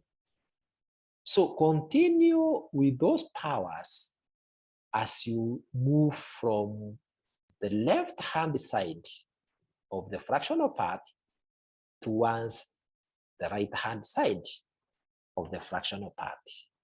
So we have 16 raised to power -1, 16 raised to power -2, all the way. So under the bit, we have each of the numbers that were forming our hexadecimal. So my dear students and the rest of the learners, once you draw this table and you have written place value label up there, then on the second row, write bit. On the third row, write multiply. On the products, on the fourth row, write products. The very first thing you need to do when it comes to this table is to fill in the bit first, or the numbers first, the digits first. The specific digits that form the number that we are converting.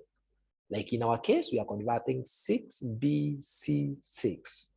So fill them in the table first, with each being written under its own column, but on its bit row. So we write 6bc6. And of course, we include, like for B, we write the real number, that is 11. For C, we write 12.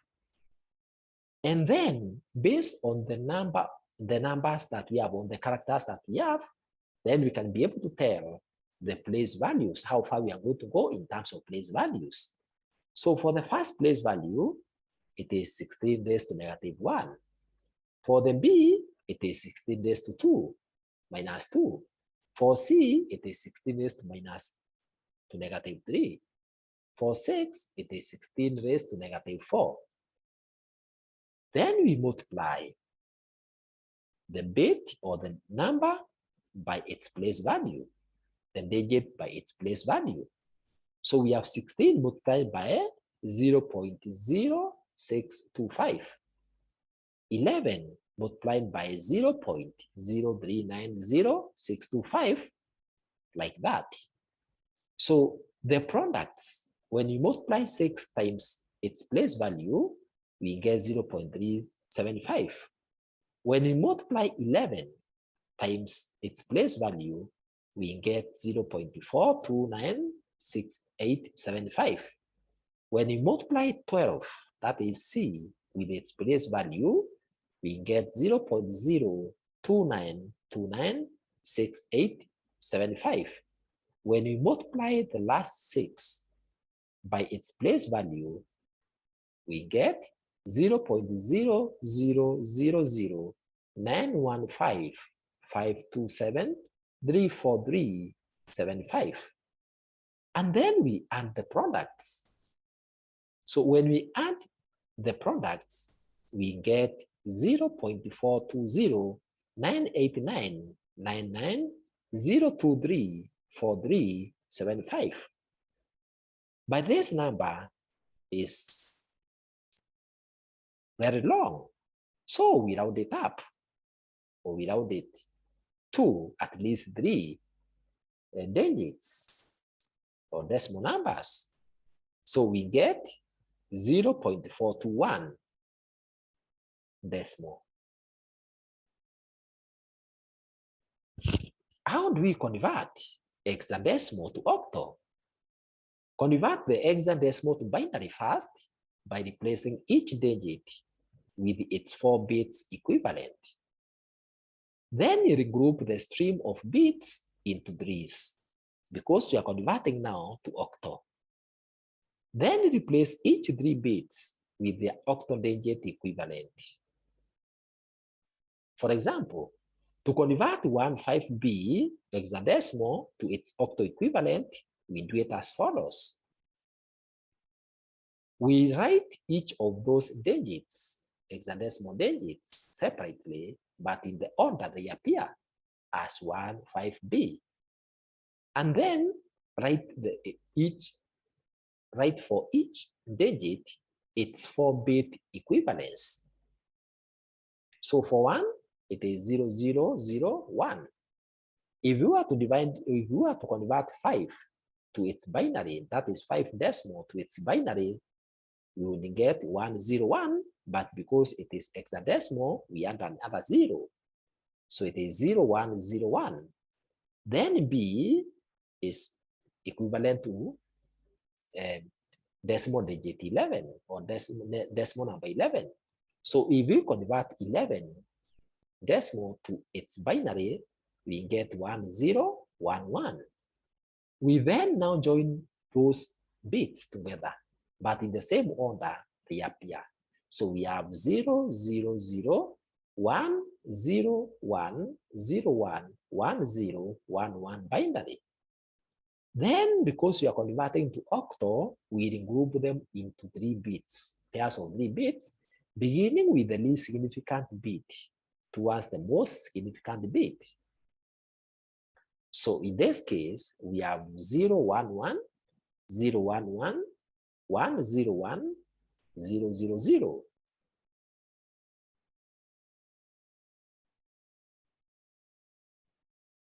And then now we get the octal equivalence for each of those bits, and we group them, or we join them again. So in this case, 0, 0, 0 is equals to 0. 1, 0, 1 is equals to 5. 0, 1, 1 is equals to 3. 0, 1, 1 is equals to 3. Then we now group them or join them together, and therefore we get 0, 5, 3, 3. Therefore, the octal equivalence of 15B hexadecimal will be 533 octo. We omit 0 because it has no meaning in our case here. So it is 533 octo.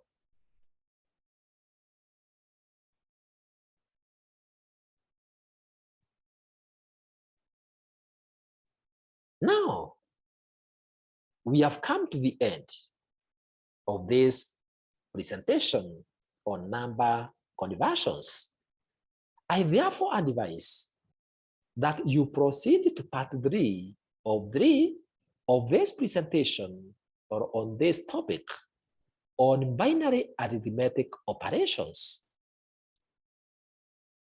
Congratulations for learning part 2 of 3 on the topic data representation in the computer.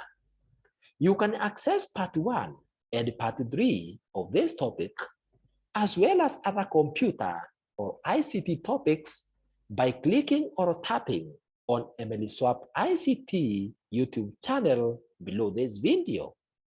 You can also subscribe to this channel by tapping on subscribe button below this video if it's not currently reading as subscribed. You can also visit and subscribe to Emily Swap Life Skills YouTube channel for free life skills, motivational, and inspirational resources. For any further correspondence, kindly write it to us through the email emilyswap@gmail.com. Thank you very much for listening to me, and God bless.